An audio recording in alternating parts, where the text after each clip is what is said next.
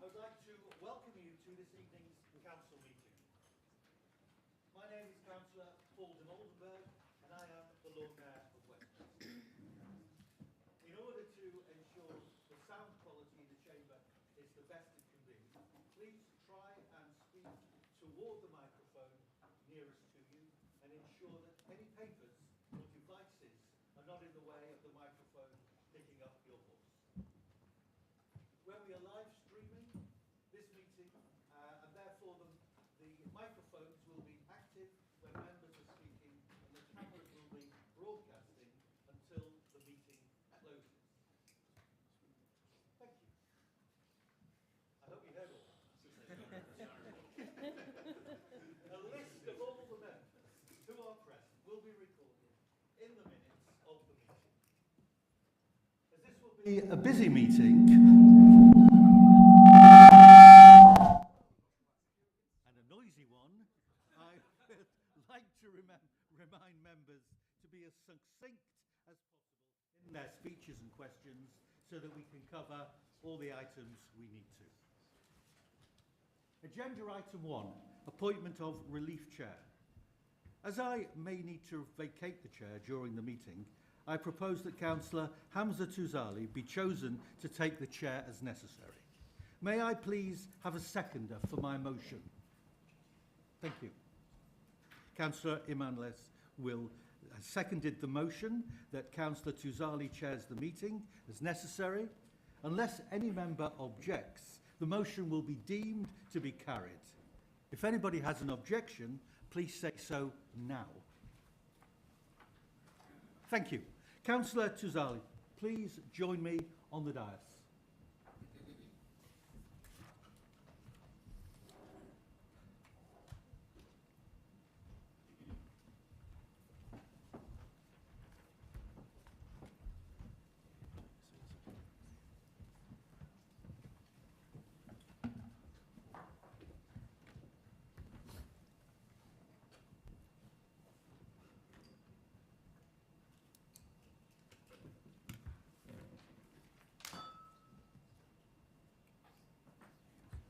Thank you.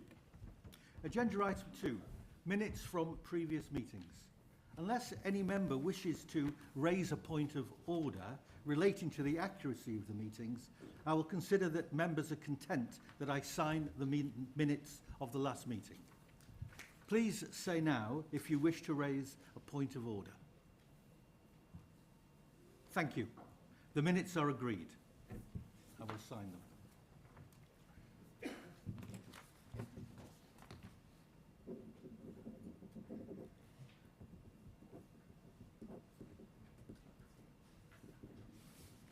Thank you. Agenda item 3, Lord Mayor's communications. These are as set out in the meeting papers. Agenda item 4, declarations of interest. It is necessary to declare any interest in relation to the issues on which there will be a vote. These items were set out alongside the list of speakers on the order paper. Members need to declare an interest in the items selected for debate if they are speaking in that debate. All members in attendance were asked to identify in advance of the meeting if they have an interest to declare. If anyone has any disclosable pecuniary interests or any other significant interests to declare, please do so now. Thank you. Agenda item 5. There is no statement on urgent matters. Agenda item 6. Councillor presented petitions. I'm not aware of any petitions. However, if anyone has one they would like to present, please mention this now. Councillor Swaddle. Oof. Yes, Lord Mayor. Normally I would give you the courtesy of advance notice, but incidents over the last few days have precipitated a bringing forward of this petition earlier than anticipated. This is from 500 residents of Westminster demanding that this council stands up to the Mayor and fights against the pedestrianisation of Oxford Street. Thank you. Thank you. Please present your petition. Thank you. Thank you, Councillor Swaddle. That will be dealt with in the usual way. Thank you. Agenda item 7, public participation. Each member of the public selected for this item and here this evening has submitted a question which they will present to the relevant Cabinet member. They will have up to 2 minutes to present their question, then the relevant Cabinet member will have up to 2 minutes to respond. Can I ask our speakers that when you are presenting your question, you adhere to the question you submitted, which you have a copy of? Can I also ask the Cabinet members who are responding to be succinct in their responses? There will be no right of reply, and I ask that once speakers have received their response, they return to their seat. All questions asked and responses provided will be made available on the Council's website in the days after the meeting. Can I now ask Arabella van Niekerk to join us at the front of the chamber to ask their question.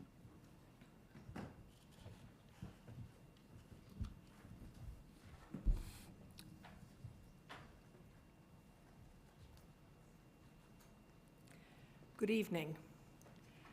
The Council and the Mayor have announced additional police officers for the West End. In the Little Venice ward where I live, I cannot recall seeing any police on patrol in many months. Why does the Council deem this appropriate? We have our share of issues, including mobile phone theft, shoplifting, drug dealing, issues with tents, and aggressive begging.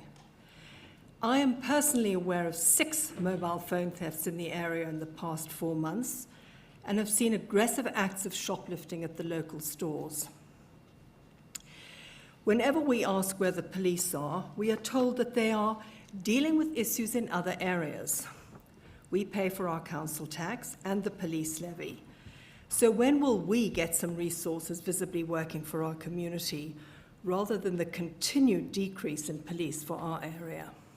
Thank you. I now ask the Cabinet Member for Children and Public Protection, Councillor HLS, to respond. Thank you, Lord Mayor. Thank you very much for your question, Arabella. I share your concerns about the presence of police on the streets and the rise in low-level crime, which is harming so many of our residents and businesses.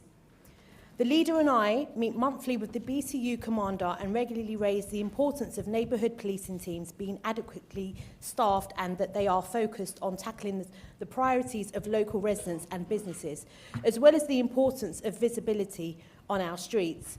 I'm really pleased that we have now announced a new police and council tasking team, which will see the recruitment of 9 new police officers funded by the council to address antisocial behaviour. The officers will be borough-wide, and among their key objectives will be to tackle persistent ASB, provide a highly visible, uniformed presence on affected streets, and enforce ASB and criminal legislation.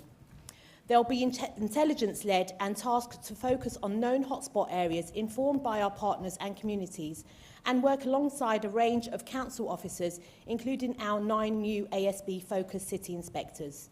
This will help us ensure a coordinated response to the things that matter most to residents and businesses. We are also conducting a call for evidence on a citywide public space protection order. One has just gone live in South Westminster, which gives us and the police the ability to issue £100 fines for antisocial behaviour. It's our ambition that, if eventually implemented, this PSPO would give us significantly expanded powers with the enforcement supported by the new team. We're also getting significant results from the council-run CCTV cameras we introduced in 2024, with over 130 cameras now in place on our streets of the 200 we're rolling out. The feedback of local people is invaluable in where we deploy these resources, so they can really make a difference, and you can check the location of the cameras on our council website. Alongside doing our bits as appropriate to tackle these issues in Westminster, we will continue to push for Westminster to have sufficient police resources in the community. Thank you very much. Thank you, Councillor S. Ms Van Niekerk, you may now return to your seat. Thank you. Can I now ask Lena Sadi to join us at the front of the chamber to ask their question?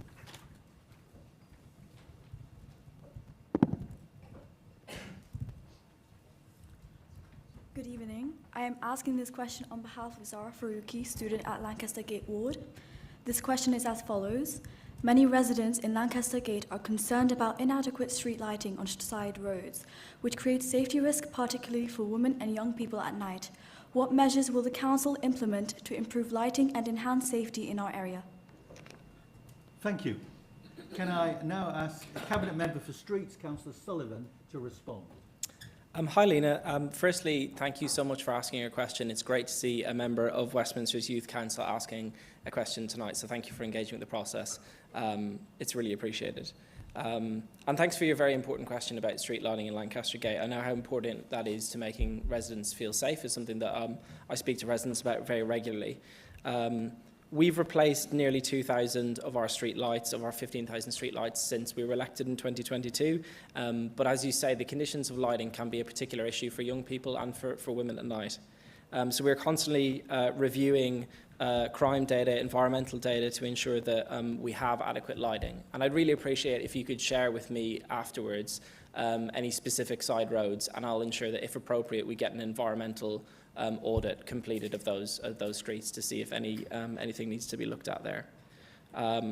We have converted a lot of our street lights to more energy efficient LED lighting, which can mean better lighting conditions, but also lower costs to the council. So it doesn't necessarily mean that we're going to see, by having lower energy bills, we're going to have less safe streets. That's absolutely not the case. We're going to have better lighting conditions as a result of LED. It's a really positive development. We do also have a very specific lighting against crime budget to address areas with reported safety concerns using police data and resident feedback, and we meet regularly with the police to discuss night safety. So again, if you share that information with us, I'll make sure that it's raised in those forums, and if we do need to take any actions on raising the standards of street lights, then we'd be happy to do that.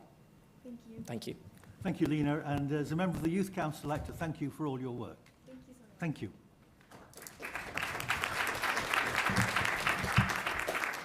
Can I now ask Daniel Rubin to join us at the front of the chamber to ask their question?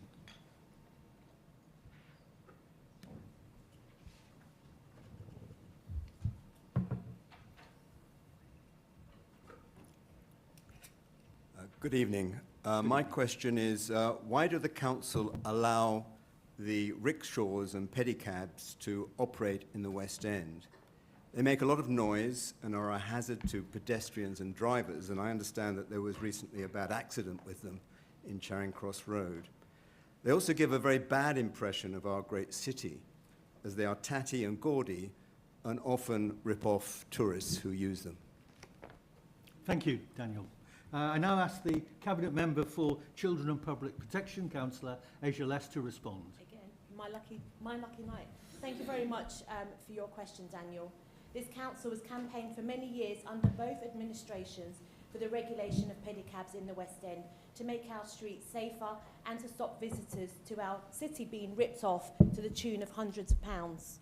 Transport for London is in the process of establishing a licensing scheme thanks to the new legislation last year, and we've supported them in developing this because of our specific experience and knowledge of pedicab issue in Westminster. Yesterday, TfL released the detailed proposed licensing regime for consultation, and I was pleased to see that they're including prohibiting the use of external amplified audio to reduce noise disruption. All drivers must be licensed and pass a criminal check with annual licensing inspections for the pedicabs and regular safety checks, and a proposal that fares are based on journey time only, based on a per minute rate. The consultation runs until the 20th of October 2025, with a view to implementing the scheme in 2026. Until it comes into force, though, we're still working hard to enforce against rogue drivers wherever possible, using the limited powers that are at our disposal. We already enforce against noise caused by these pedicabs, and over the past few years, we have prosecuted approximately 200 riders for this offence. 9 operators, several repeat offenders. We've recently hit with some of the biggest individual fines, totaling £9,075, following the latest rounds of pedicab prosecutions, thanks to the work of our city inspectors. And we recently consulted on a public space protection order specific to pedicabs, which would prohibit parking on pavements as well as additional controls on noise. If implemented, the PSPO will give us an additional power to issue on the spot £100 fines to offenders instead of only being able to prosecute. Until the TfL licensing scheme is in place, our teams will keep patrolling hotspot areas, educate visitors where possible against the dangers of using pedicabs, and work with the Met Police to prosecute those who are breaking the law. Thank you very much. Thank you, Councillor Lesson. Thank you, Mr. Rubin. You can now return to your seat. Can I now ask Vinita Dume to join us at the front of the chamber to ask their question?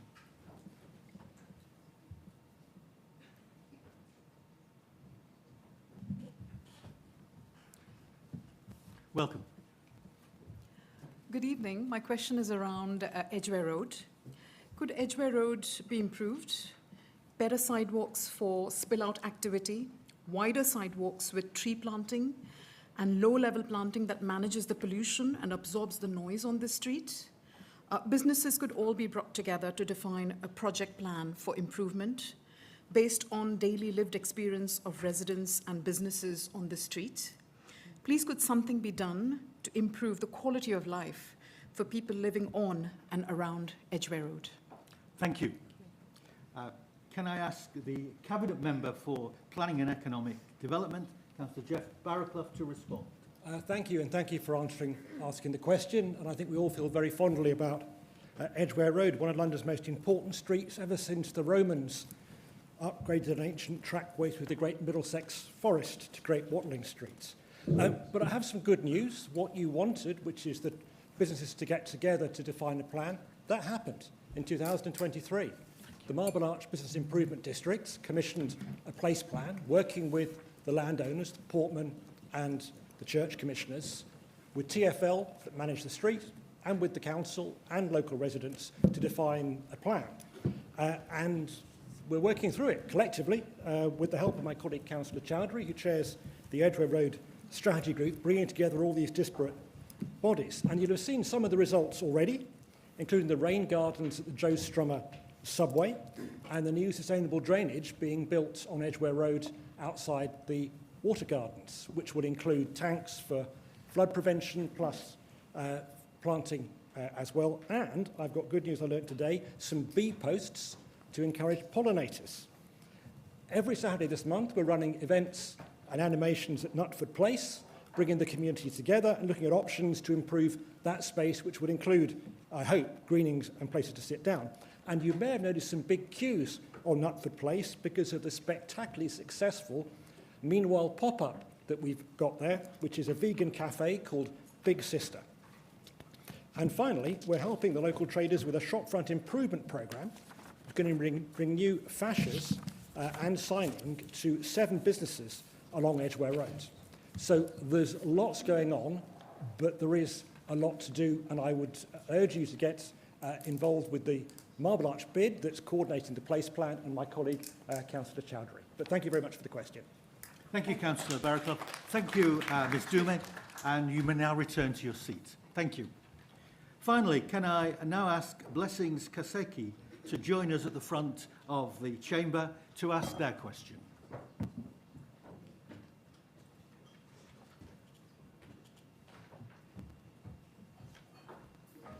Welcome. Lord Mayor, distinguished guests, ladies and gentlemen, all protocols observed. I wrote on behalf of residents in the Lancaster Gate ward, specifically those in Cleveland Square, to address the ongoing issue of public urination, littering by private hire and Uber taxi drivers.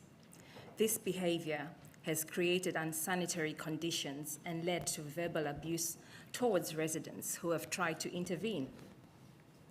We would like to understand the Council's plan to address this issue. Could you please provide information on the following? Enforcement. What measures are being taken or considered to enforce laws against public urination and antisocial behavior by drivers? Infrastructure. Are there plans to increase public toilets or partner with local businesses to provide drivers with access to facilities? And lastly, reporting. What is the best way for residents to report these incidents? And what is the expected response time for action from authorities? Thank you for your attention to this public health and safety concern. Thank you, Blessings. I now ask the Cabinet Member for Children and Public Protection, Councillor Aisha, to respond for the third time. Thank you. Thank you very much for your question, Blessing, this evening, and for bringing this issue to my attention. In the first instance, please do report urination through the Council's Report It page so we can complete any cleansing that is needed for the area. This is the fastest way to alert us to a problem, but also allows us to identify problem hotspots and deploy city inspectors to the area to look out for these sorts of issues. I've also raised this issue with your local neighbourhood coordinator, who is going to see what we can do to address the problem, and they will be in touch with you to discuss this. One approach is to build evidence against specific companies and vehicles by noting registration numbers. We are also looking at ways of using CCTV in the area, but this is a bit more challenging because the columns in the square are not suitable for mounting a CCTV camera. In terms of toilet provision, Cleveland Square is about a 5-minute drive or 10-minute walk from our Queensway public toilet, which is open until 11 p.m. The same goes for Paddington Station, and we can explore ways of signposting this in the area. My colleague, Councillor Ryan Jude, is responsible for the rollout of a significant refurbishment of our public toilets across the city.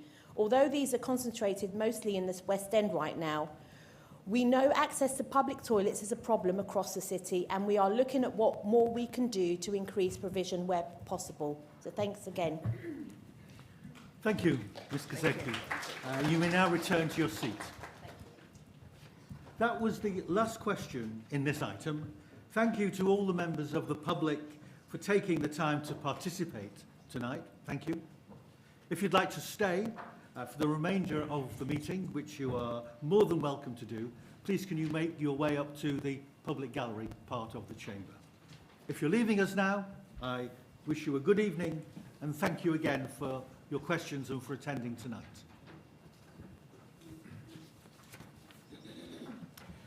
Agenda item 8, questions. There are 45 minutes for questions. Will all members wishing to ask a question please indicate now by raising your hand and continue doing so until your request has been noted by the Chief Executive and the Executive Director of Corporate Services. Please remember that questions may be asked of a Cabinet Member or a committee chair. I will call members who indicated that they wish to ask a question after Councillor Swaddle has asked his 3 questions. Questions and responses should be brief. Have you got them all down? We've got everybody? Got everybody on this side? Yeah. Yes. You have? Yes. Everybody have? Okay. Councillor Swaddle, please now ask the first of your 3 questions. Lord Mayor, thank you. Can the Leader of the Council explain why his administration has agreed to fold and hand over control of Oxford Street to the Mayor? He could have stood up for residents. I would have. I understand that he's not even tried engaging with the new Secretary of State, who has the power to block the adoption of the road by TfL, on the spurious grounds that it is needed as a red route, when it is clear there's a clear legal deception as it is being transferred to close the road. Councillor Hugg. Thank you very much, Lord Mayor. As Councillor Swaddle knows, we have, since the Mayor's announcement last September, worked day in, day out to fight the corner of Westminster City Council to ensure that our long-term interests are protected, both as a council and on behalf of our residents in the West End. That is why, earlier this year, we were able to obtain an agreement around the future of the eastern side of Oxford Street being delivered by the Mayor's team in alignment with Westminster City Council's plans, the protection of the strategic SIL and Section 106 payments from the area, many other things that we have achieved because we were able to roll up our sleeves, and be grown-ups about a situation which was not of our choosing, but we have our to work constructively with the mayor who has powers in these areas to force these things through. As he notes, the current situation with the transfer of the road follows a request from TfL for that, and ultimately the decision would end up going to the Secretary of State for Transport, which has rarely ever rejected such a request from a strategic authority, and obviously the current Secretary of State is the former Deputy Mayor for Transport. We are conscious, however, that we are taking a pragmatic approach to try and maximise benefits for the residents of Westminster in the long term. I appreciate it's not where we wanted to start this process, but we are acting like grown-ups on behalf of our residents, on behalf of the long-term interests of the City Council, rather than going down the route of posturing, which would achieve very little other than more cost for the Council and a worse deal for residents. Supplementary, Councillor Swaddle. Yet again, the Leader of the Council is failing to stand up for Westminster. Why has he allowed this decision to be taken behind closed doors and allowed it to be classified as a minor decision? He should have insisted it was brought forward in a way that was open to scrutiny, rather than allowing officers to dance on a legal pinhead to force it through. Or does he think it's not worth giving residents and councillors the opportunity to debate it? I know I would have done. Councillor Hugg. As he knows, the decisions process in this council is rightly determined by council officers in the chief exec and monitoring officer.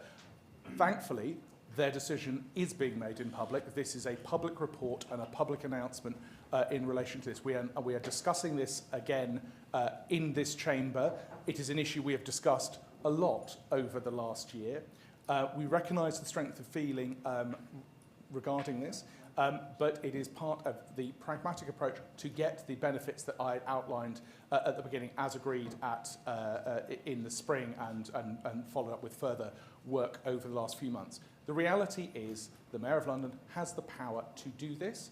We can make a song and dance about it, or we can roll. No, and ultimately, the chances of success are minuscule, and so we have taken the pragmatic decision to fight for our residents and get those agreements and safeguard the long-term future of our communities and of the council's interests here.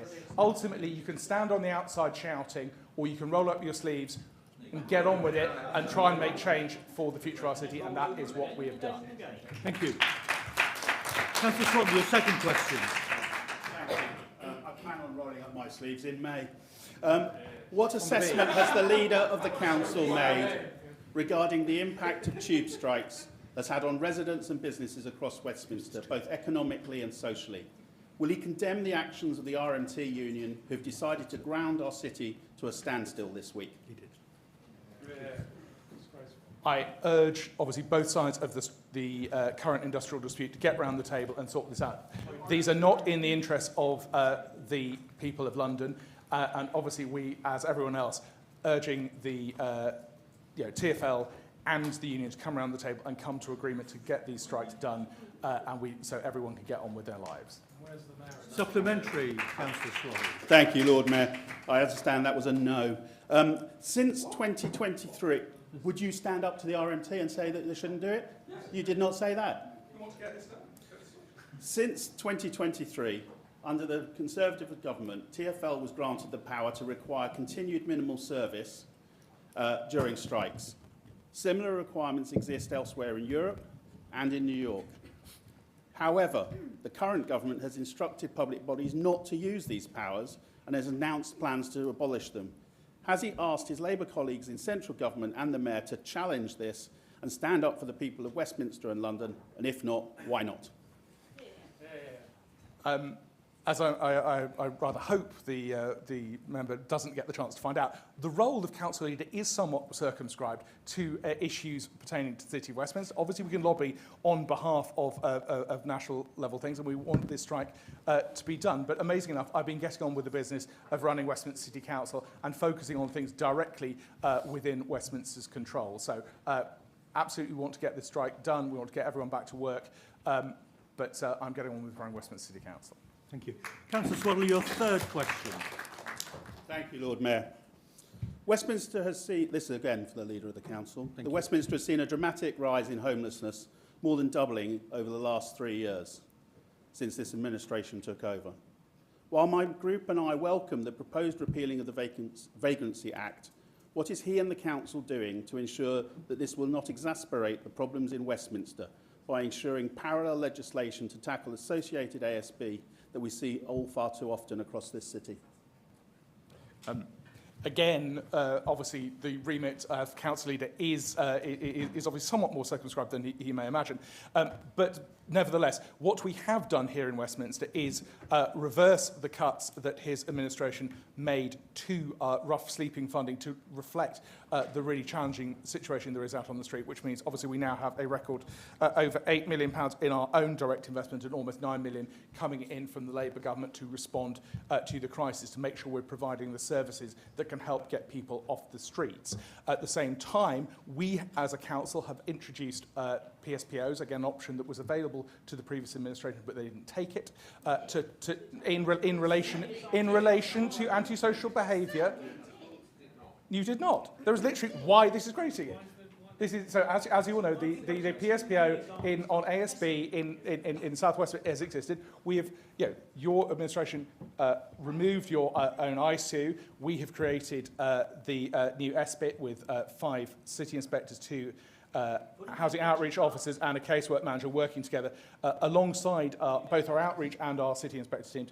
We are making sure that we are doing all we can as a city to respond to those crises while putting pressure on the Met to provide more resources into the hotspot areas in and around the Victoria area and other parts of those South Westminster, alongside the West End where our hotspots are to be found. So we are taking action as a council to make a difference and using all the powers at our disposal to try and help improve the situation. Supplementary, Councillor Swaddle. Yes, Lord Mayor. I'm again confused because I asked about whether we as a council were doing something to ensure that the laws were introduced so that they benefit Westminster, which is a role for the Leader of Council. Will he join me then in signing a letter that I am drafting to ministers on this vital issue to ensure that the Crime and Policing Bill will incorporate it within the repeal of the Vagrancy Act, also covering associated ASB from homeless populations in part of our city, so that they fully understand the need for the joined-up legislation in this unique city? Thank you. As someone who obviously spoke reasonably regularly with the previous Minister of Homelessness and will obviously be working with the new one once the ministerial roles are defined, I will obviously make representations on behalf of the city in relation to the situation we face on our streets. I'm not going to be signing anything blind. We are aware that what is already in the measures around the Vagrancy Act repeal include new powers to go after those who are organising begging, which will provide significant additional assistance in tackling the gang masters that are putting Roma gangs onto our streets, abusing people and causing problems for our residents. There are also new powers around forms of trespass that will again be able to be used by the city. There are obviously a range of different antisocial behaviour powers that have been brought in writ large under this government through those further reforms, and we're obviously using existing powers in new ways by introducing the new PSPO, which covers issues around aggressive and intimidatory begging and groups on our streets, which gives you additional powers for both our city inspectors and the new police team that we are investing in. These are all things that the previous administration could have done but chose not to. Thank you. Thank you, Councillor Swaddle, Councillor Hugg. Councillor Eagleton. My question is to the Cabinet Member for Regeneration and Ministries, which is, given the lack of affordable housing in Westminster, how has the Council been cooperating with the Greater London Authority with its house building programme? Thank you.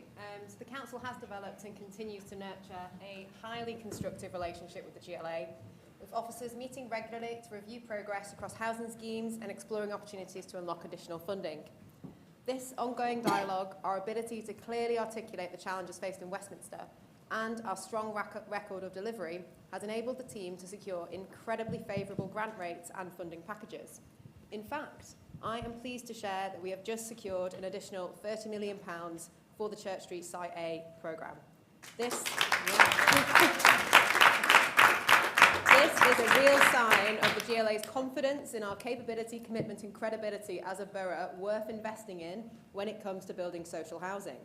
So I wanted to pay my thanks to the tireless efforts of officers in securing this groundbreaking level of funding so we can deliver on our promise to maximise the delivery of council homes for social rent in Westminster. Councillor Eagleton. Thank you. And my supplementary question is, could the Cabinet member please remind me, since 2022, when this Labour administration came to office, just how much money in total we have secured from the GLA? Of course, because in total, this council, led by this Labour administration, has secured £120 million from the GLA since 2022. And much of this, and much of this funding has been unlocked by the successful estate regeneration ballots we held at Church Street and Ebury Bridge, which saw 73% and 91% respectively of residents support our plans for the schemes. And as we know, we have also taken decisions that have seen homes previously earmarked for private sale converted to social rent, and this has been supported again by grant funding from the GLA. Under Labour, gone are the days where the council turns down funding from the Mayor of London to deliver genuinely affordable homes.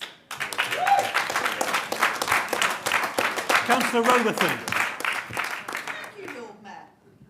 To the Cabinet Member for Streets, as he knows, we have an acute problem on Exhibition Road in my ward with highly dangerous and disruptive car meets. In February, following a meeting I organised with officers and councillors from both RBKC and Westminster and the police, the recommendation was made by our highways officers that the only way of tackling this, and it was strongly supported by the police Safer by Design team, was to place a non-friction surface on the roundabout with Prince Consort Road. As he knows, the RBKC highways team confirmed 3 months ago that they also supported this intervention to stop the car meets. So will he please update me on when this will actually be done? Councillor Sullivan.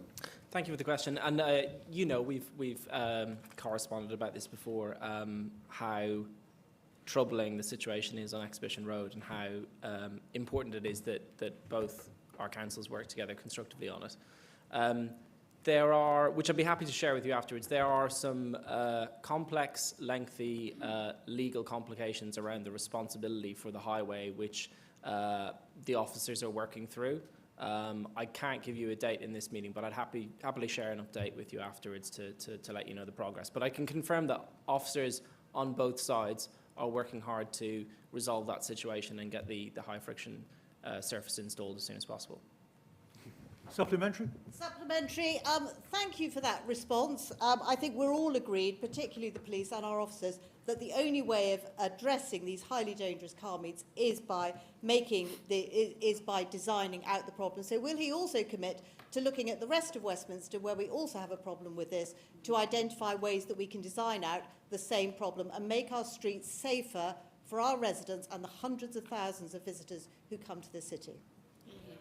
Sullivan? Sorry, just to clarify, so your question is, can we design? You want me to commit to designing out the problem across the city? Was that question again? No. Just to clarify. Looking at other, as you know, it's not designing only out on the problem. Exhibition Road. Yes. We also have a real problem in Waterloo Place. Yes, Bond absolutely. Street. Yes, so absolutely. will you also commit to looking at how those areas can also be designed out so that we stop this highly dangerous behaviour in our streets? Yes, absolutely committed to. And can I just add on that point? So I think that we have a couple of things happening at the same time. We have these iconic central London locations that are quite attractive to people. It's not our residents, right? It's not Westminster residents. They're not even Londoners. Yeah, potentially. So you've got you've got these attractive central London locations. You've got these very well-meaning public realm schemes which happened in years gone by, including Exhibition Road, which, you know, I think everyone thought, you know, isn't this brilliant, isn't this amazing, kind of level surface, everything. It's actually turned out to be quite an enabling environment for those cars, and quite a threatening environment for pedestrians, not just at night when the car meets are happening, but when I'm walking down to go to the V&A or to the Natural History Museum. It's quite, it doesn't feel nice even when it's not car meets. So I think there's something really fundamental we need to do to look at speeds on our streets. That is one of the recommendations that's coming out of the Vision Zero Action Plan 2, which TfL are in the process of developing, and I've spoken to officers in detail about. Because those roads, while they were designed to do something very different, have actually enabled those kind of low-riding cars and that speed to happen. So I will absolutely happily commit to working with you and to working with council officers to look at designing out that problem in Waterloo Place and anywhere else where it's cropping up. We are likely going to have to chase this issue around Westminster, unfortunately, both through the PSPO and through design interventions. That doesn't mean it, because it's whack-a-mole, it doesn't mean it's the wrong thing to do. So it just means that we need to redouble our efforts and keep chasing it around the place until it's gone. Thank you. Councillor Noble. Thank you, Lord Mayor. This is a question for the Cabinet Member for Finance and Council Reform. In light of a very minor political party making exaggerated claims, what is this Labour Council doing to ensure we cut out any wasteful spending? Councillor Boothroyd. Thank you, Councillor Noble. After 3 years working to deliver long-term stable finances and effective council spending in Westminster, I've been watching the antics of some of the new Reform UK councils with extreme interest. We managed to identify additional savings of 28.5 million in our first year, a further 24.5 million in the second year, and yet another 29 million in this year's budget. And you might be thinking it's just one thing to identify a saving, but then can you deliver it? Well, these savings are being delivered. 96.5% of the savings identified for last year will be delivered. As someone said, Lord Mayor, we get things done. Thank you, Councillor Boothroyd. Councillor Noble, supplementary? Thank you. Yes, supplementary, please. As we've been able to root out wasteful spending, how do we address the other issue which Reform UK keep going on about, which is tackling fraud? Thank you again. Well, we have a very effective counter-fraud service in this city of Westminster. Their effectiveness has helped to deter would-be fraudsters from trying to trick us, but there are some dodgy people out there. I have to report that in each of the last 2 years, the counter-fraud service has identified fraud and stopped it with a notional value of over £1 million each year. Reform UK are not wrong to call attention to wasteful spending and fraud in councils, but they are wrong to imply that it's only them that wants to stop it. And if they really wanted to, they might be actually here tonight. Reform UK talk about it, but it's Westminster Labour who's really tackling fraud and wasteful spending and delivering meaningful council reform. Thank you, Councillor Boothroyd. Councillor Fisher. Yes, thank you very much, Lord Mayor. This is a question for the Cabinet Member for Streets, Councillor Sullivan. The Cabinet Member report was issued yesterday in respect of the redesignation of Oxford Street as a GLA street. Classified the decision as a non-key decision. And of course, as the Cabinet Member knows, that means that it's not subject to audit, it's not subject to comprehensive and proper scrutiny by members of the Council. And I wanted firstly to ask him this. Does he agree with me that there are going to be consequential costs associated with this decision, but that we won't know the full extent of those costs until negotiations with TfL and or GLA come to a conclusion? Councillor Sullivan. I refer you firstly to the answer that the Leader of the Council already provided as regards the non-key nature of the decision. That's something for you to take up with... that wasn't my question, Councillor. In relation to the... Yeah, you still talked about it, though. It's okay, I mean, am I allowed to talk about all of your bits of the question? Is that okay? There is one question cool? for you to answer. Yeah. You still reference it, though. So, on the first bit, on the non-key bit that you chose to leave in the question because you prepared your remark and then decided not to delete that bit, even though the Leader of the Council already answered it, I refer you back again to the Chief Executive and the Monitoring Officer as to the non-key nature of the question. I'm not going to predetermine my decision on the report. It's been published. It will A certain amount of time needs to elapse before a decision is taken. But I don't recognise your characterisation of the nature of the report that I've read. But obviously, I'm not going to predetermine my decision on it. Supplementary. I find that answer quite surprising because your report says at paragraph 5.3 that the consequential costs associated with this decision are yet to be determined because they're dependent upon those negotiations. Now, in the light of that, given that we know that the costs of any decision, the relative costs of any decision, are vital to determining whether that decision is key or non-key, on the face of your report, Councillor, would you not agree that it is premature at this stage to lock out councillors from this process? And will you agree to challenge the officer's decision to categorise this as a non-key decision? There's that bit of the question again. So, again, it's not my report. It is a report to me by the officers. You're saying it like I wrote it. The officers wrote it. It has been published. A certain amount of time will now elapse. I'm surprised I have to explain council procedure to you. I thought you were pretty well versed in this. So yeah, I mean, it's non-key. That is a decision for the officers. That is a council process. It wouldn't be right for. I don't think it'd be right for any members to exert influence on whether or not a decision is key or non-key. On its face, it's utterly and objectively wrong. I don't recognise your characterisation of that. But as I say, I'm not going to say any more because I don't want to prejudice any decision I may make on that report once the appropriate amount of time has elapsed. Thank you, Councillor Sullivan. Councillor Williams. Question to the Cabinet Member for Communities. Could you give us an update about the community hub project? Thank you for your question. I am delighted to give you an update on the rollout of our community hubs. We pledged to open community hubs across the city to bring council services closer to residents and to bring them under one roof with voluntary sector organisations. And I'm pleased at the progress that the programme is making. We have opened quite a few community hubs now. Most recently, on Elgin Avenue, we've opened Ernest Harris House. North Paddington Food Bank, a fantastic local organisation, was appointed as the operator. There was a co-design process with over 400 residents. It's been open for 6 months now and has 7,000 visits from over 500 people. It's open 6 days a week. Anyone can drop in. There's access to classes to learn new skills, food provision, money and employment advice, and welfare and benefits advice. So I'd encourage any member, councillor, member of the public to please pop in. We've also have lunch clubs, children's activities, and activities for older people running there. We also have announced that we will be reopening the building which was formerly the Brunel Family Centre as a community hub. And I'm pleased to say that another fantastic local organisation, Happy Lizzie Events, CIC, will be the operator in that building, which will again provide many beneficial activities for the community, as well as a location where council services can be delivered face-to-face. We also have 2 community hubs in Victoria and Charing Cross Library.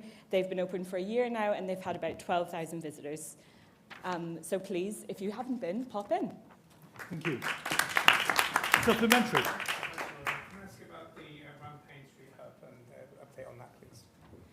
Yes, of course. So we're opening community hubs in areas with really significant indicators of deprivation. So I've spoken about some of the areas we've made progress in. We also have a hub opening in Church Street.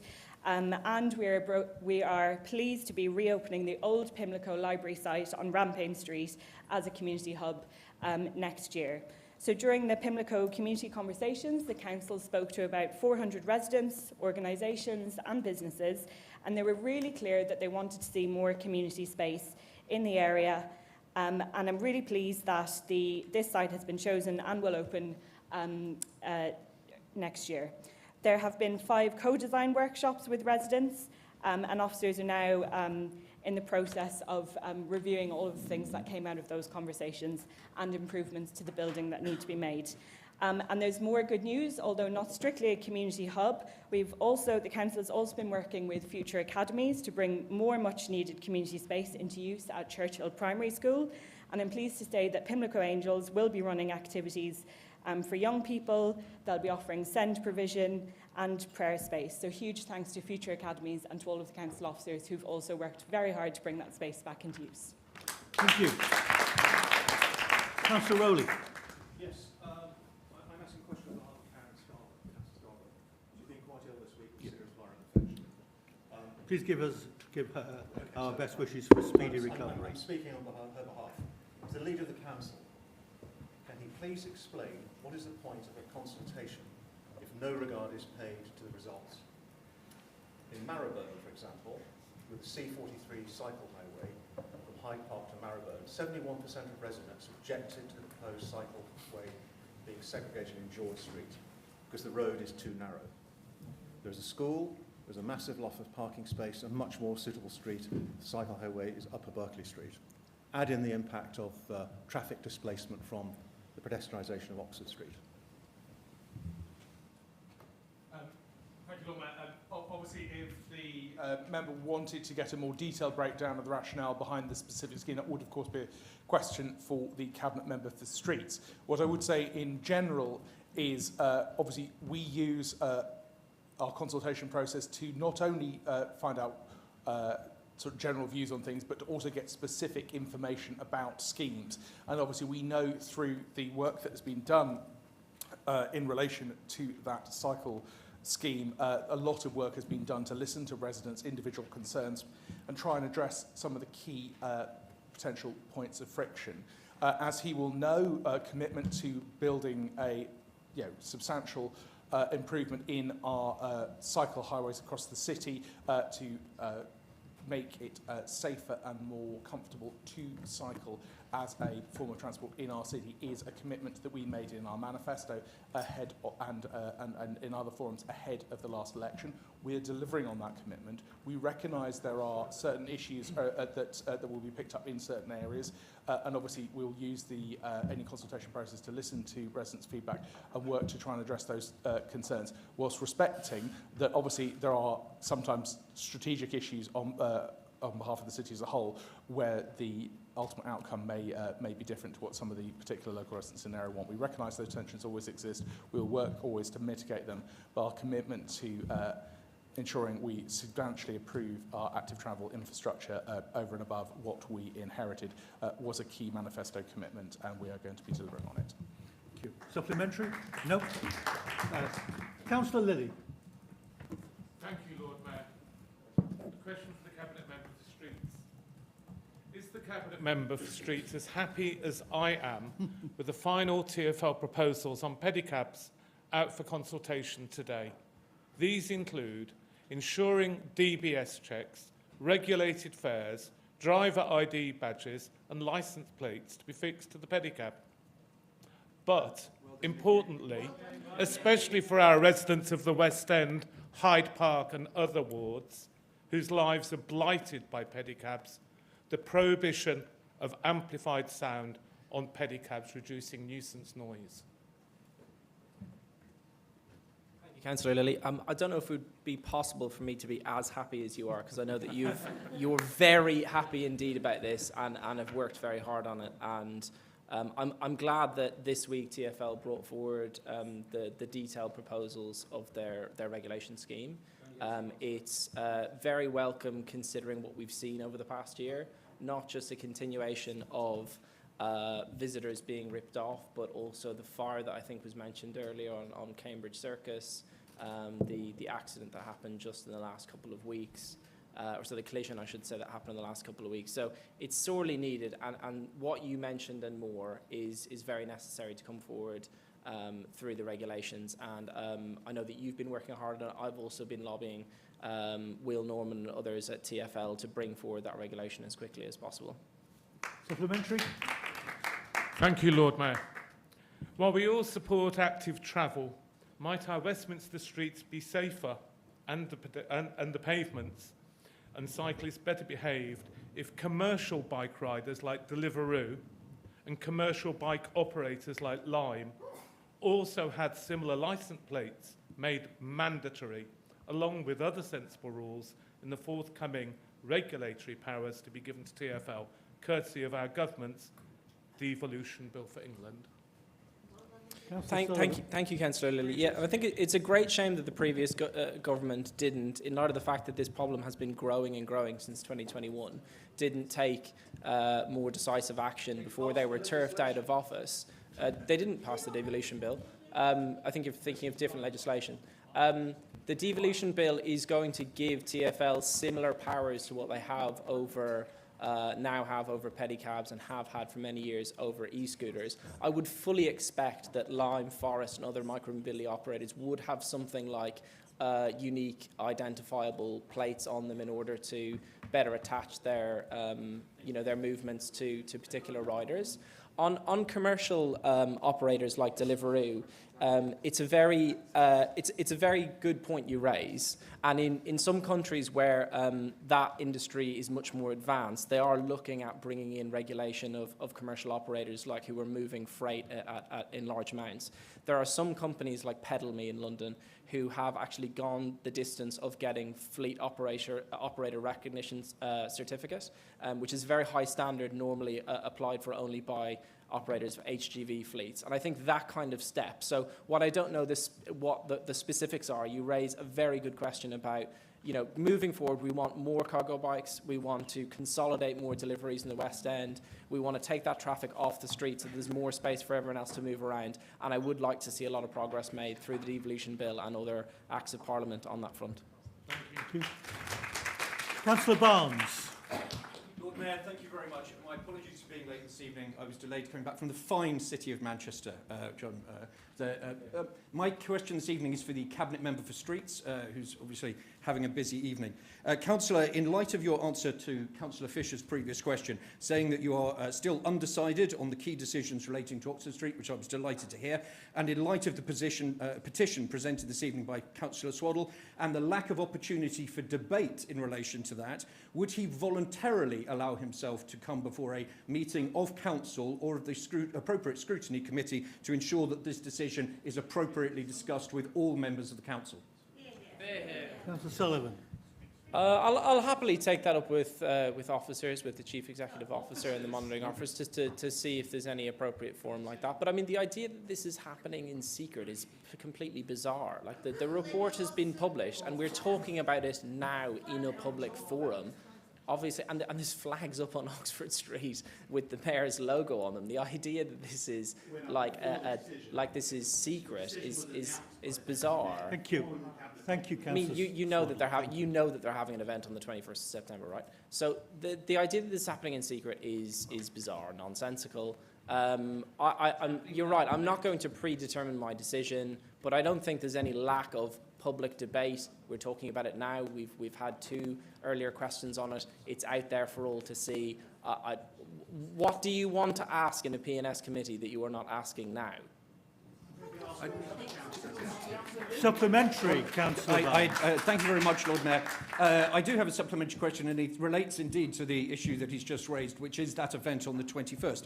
I'm delighted he is open to considering having a meeting of either a scrutiny committee or council, and I hope he'll take that up with utmost haste. In the same manner, would you consider a similar scrutiny discussion of the 21st of September in light of the fact that residents have already been told that some of their roads are going to be closed for public toilets provision, for example, Davis Street and Billy Street, which is not something that was part of the council's preparations, and at no point so far has the TTO been released, despite the fact the event is only 11 days away. So there is still time for which he could also be scrutinised on that, and we could have a proper council debate on the issue. I mean, like the council and the mayor have been working on that temporary event for some time. There's no decision that I've taken in relation to it. It's been dealt with in the normal way by officers. There isn't a decision I've made to be scrutinised in that regard. And it's a one-day event. I'm still left I was asking if you'd volunteer what to be further, scrutinised on other than this conversation, Yes. we would have in a 2-hour meeting on a wet Wednesday evening. What more you could light pick rather the than week and heat the we would time. add to this conversation about a one-day event on Oxford Street? Thank you, Councillor Sullivan. Councillor Hassan. My question is for the Cabinet Member for Children and Public Protection. And it's regarding our noise team. what action is being taken to improve the way noise complaints are being handled? Thank you. Thank you, Councillor Hassan. As you know, we've got a noise team that's in place 24/7. They're working around the clock, 365 days a year, and most of our impactful complaints are responded to within an hour by our response city inspectors. Already we've seen a decrease of 8.5% in total cases received, and just to kind of give you a highlight, we've had 13,793 cases in 24-25, down from 15,037 in 23-24. So already we've seen a really good, positive impact by our new noise team, who are helped on the streets with our neighbourhood coordinators and our city inspectors. Not only that, but they get, if it's a really, really complex noise complaint, they get one officer that they speak to, and that officer follows through the case right through to the end till we have a resolution. So already our noise team are doing fantastic work on the ground, and I want to make it public that my thanks to them personally for their hard work during this transition over the past 2 years. So thanks to them. Thank you for your Supplementary? question. Supplementary, Lord Mayor, if I may. In terms of ensuring that there's a sustainable capacity for this, will there be an increase in staffing in line with other initiatives dealing with antisocial behaviour? Thank you. Yes, we've got the new policing team that we have that we introduced this evening. The 9 officers, so there'll be 8 constables plus an inspector. Then we have our safer, so a streets intervention team as well, the ASB team that's already out and about in the Victoria area, already cracking down on crime and ASB and issues like that. And then we've got our increase of 9 more city inspectors that will take up our numbers to 90 city inspectors throughout our city. So I'm really positive, and I'm really looking forward to seeing where we go with this in the future, because I think we've got enough teams on the ground now that, to make a real impact and make a positive change to our streets and our city. So thank you very much. Thank you, Councillor Les. Councillor Rigby. Excellent question for the Cabinet Member for Streets. And you'll be pleased to know a simple yes and no. No what, well, yes or no. Will the Cabinet Member join me in congratulating all concerned following St John's Wood High Street's vote of confidence? I am, of course, referring to the recent Knight Frank survey, which saw the High Street being voted second best in the country. Thank you. I think that's a yes. Have you got a supplementary? I have indeed, Lord Mayor.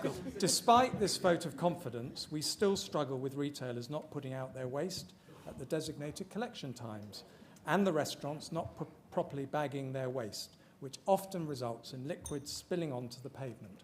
Will the Cabinet Member work with me and my ward colleagues to help re-educate these outlets to be more responsible, but more importantly, will he also predict and offer more regular deep cleaning? Thank you.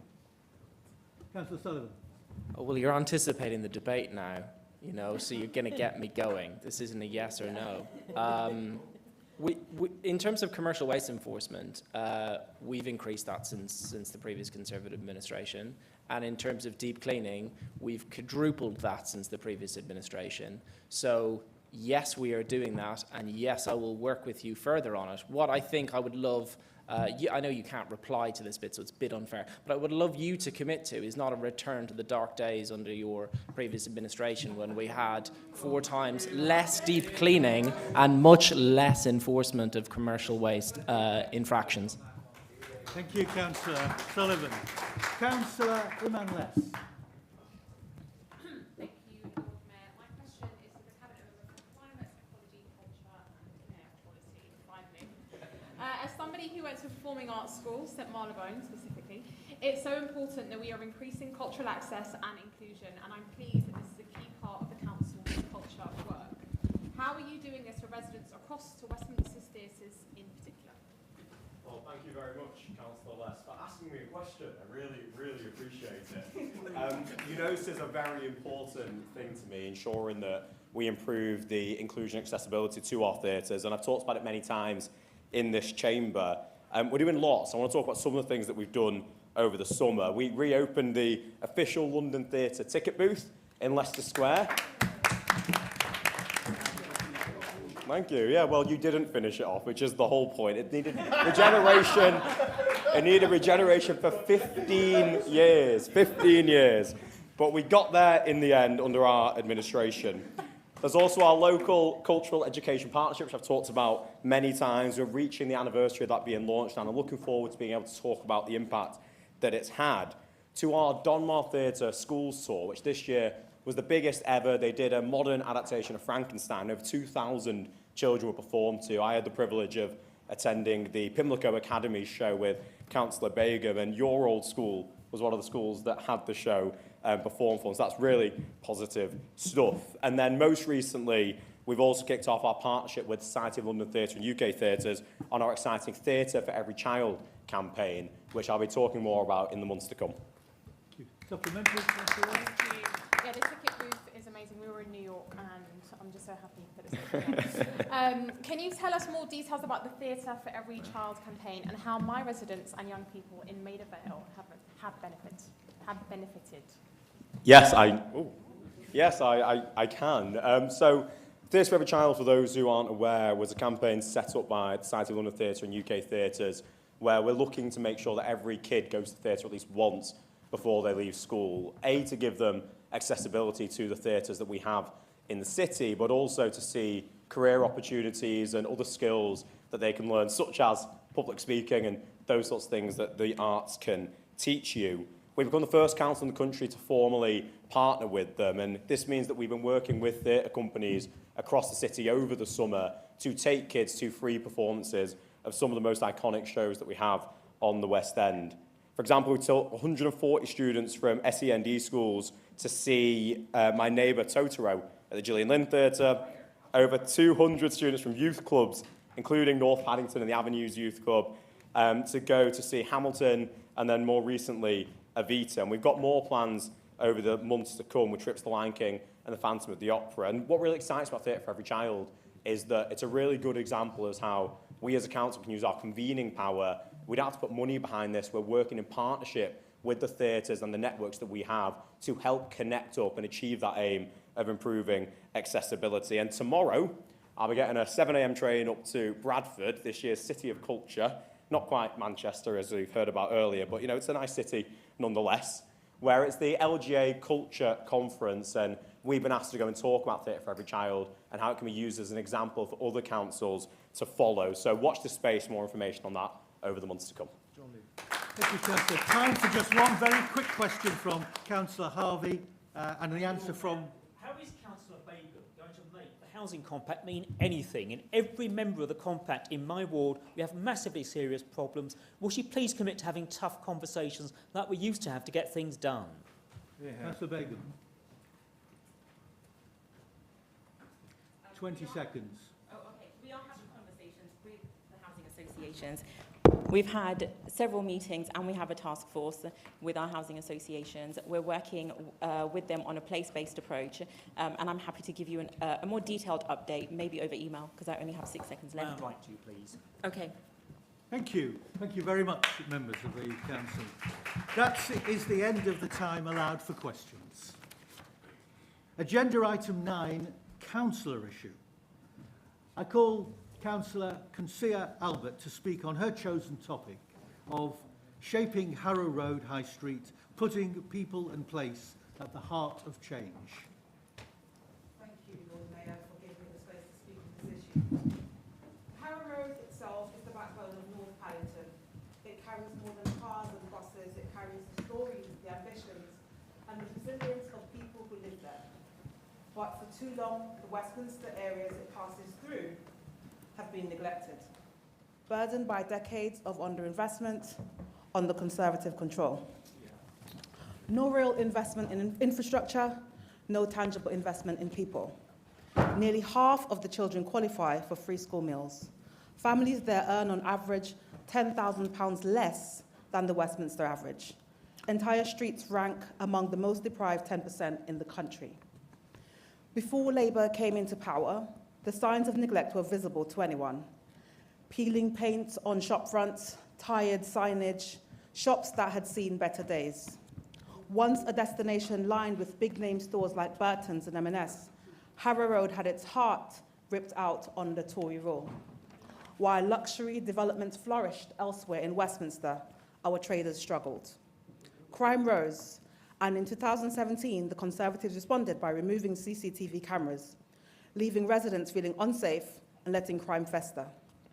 Licensing decisions ignored community needs, allowing gambling premises to cluster with no protection for vulnerable residents. At the same time, unsafe cycling routes were ignored, renters unprotected, and a city plan focused only on the West End left the Harrow Road behind. Greening ignored, drainage ignored, local economy unsupported. But let's be clear, this wasn't just neglect. These were deliberate political decisions, a total disinterest in this part of the city.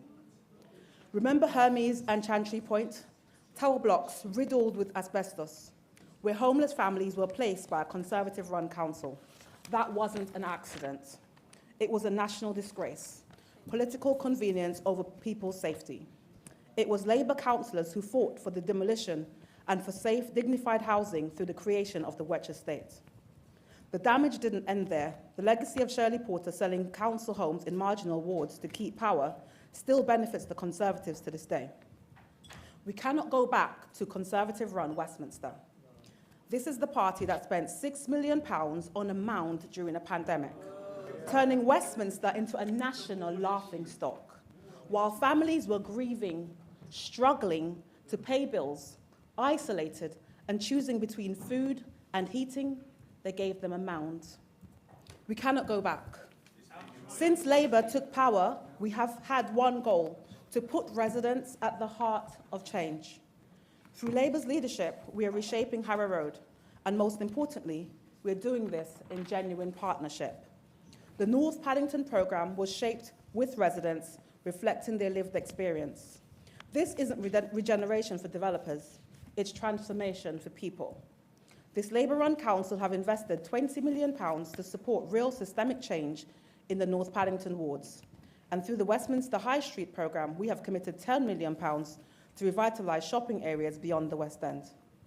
Harrow Road shop vacancy rate is already improving. In phase 1, we transformed shop fronts for the better. We planted greenery, not just to beautify, but to build pride and dignity, to plant hope. We take our residents' economic lives seriously. Change is already on the way. This Labour-led council doesn't want families to worry about putting food on the table. We don't want people living in cold, inefficient homes. We won't stand for older residents going without hot meals or young people growing up with little hope. A fairer Westminster means when residents raise concerns about safety, we respond. That's why we have reinstated monitored CCTV since April. Antisocial behaviour has already dropped. A resident told me recently, for the first time, it feels like the council is actually listening to us. That's what meaningful consultation looks like. In opposition, the Conservatives still don't understand what a fairer Westminster means. They remain out of touch. We know we can't undo decades of damage in these 3.5 years, but the transformation thus far is visible. Hope is returning to streets and homes that once felt forgotten. We must not go back. Harrow Road needs a council that listens, invests, and acts. That's why a Labour council must be returned in May 2026, because our work is only just beginning. Together with residents, businesses, and community partners, we are building a Harrow Road ward of safety, dignity, and opportunity for generations to come. Thank you, Lord Mayor. I call Councillor Jeff Barraclough to respond. Thank you, Lord Mayor. Thank you, Councillor Albert, for your powerful words about the transformation that's now taking place along Harrow Road. And you spoke movingly about the resilience of our community and the progress that's finally being delivered. But what you set out is not an accident. It's the result of a political choice, a choice made by this Labour administration, and the choices made by the Conservatives never made over the 65 years they had running Westminster. It's true that for too long Harrow Road and the North Paddington area was neglected. The council published many plans, I saw them all when I came into office, but implemented little. So by 2022, decades of underinvestment had left empty shops, declining footfall, and residents who felt forgotten. We are doing things differently. At the heart of our work is the Fairer Economy Plan and the North Paddington programme. You've heard it all before.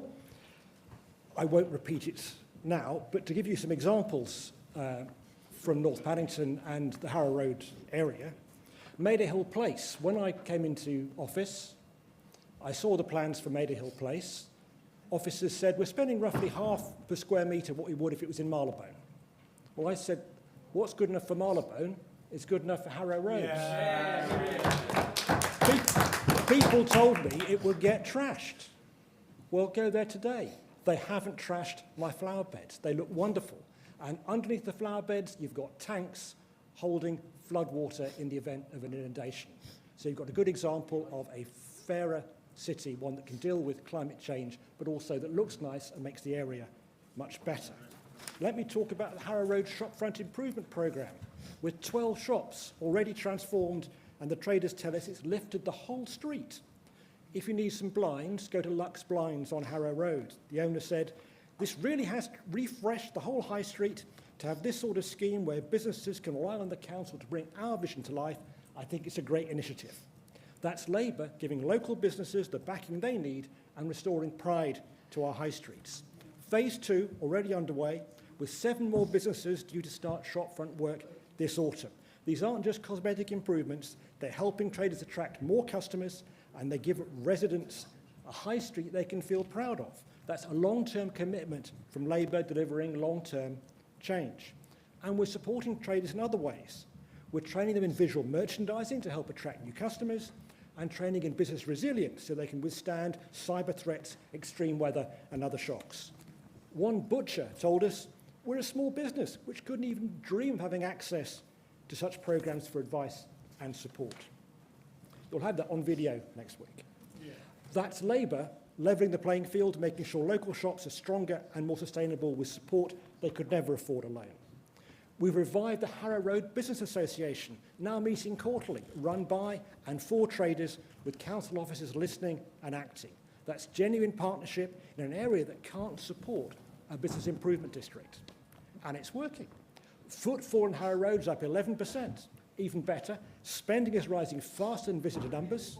And crucially, 3/4 of visitors are local residents, showing this regeneration is serving the community first. Come down and feel the buzz. But we're not stopping there.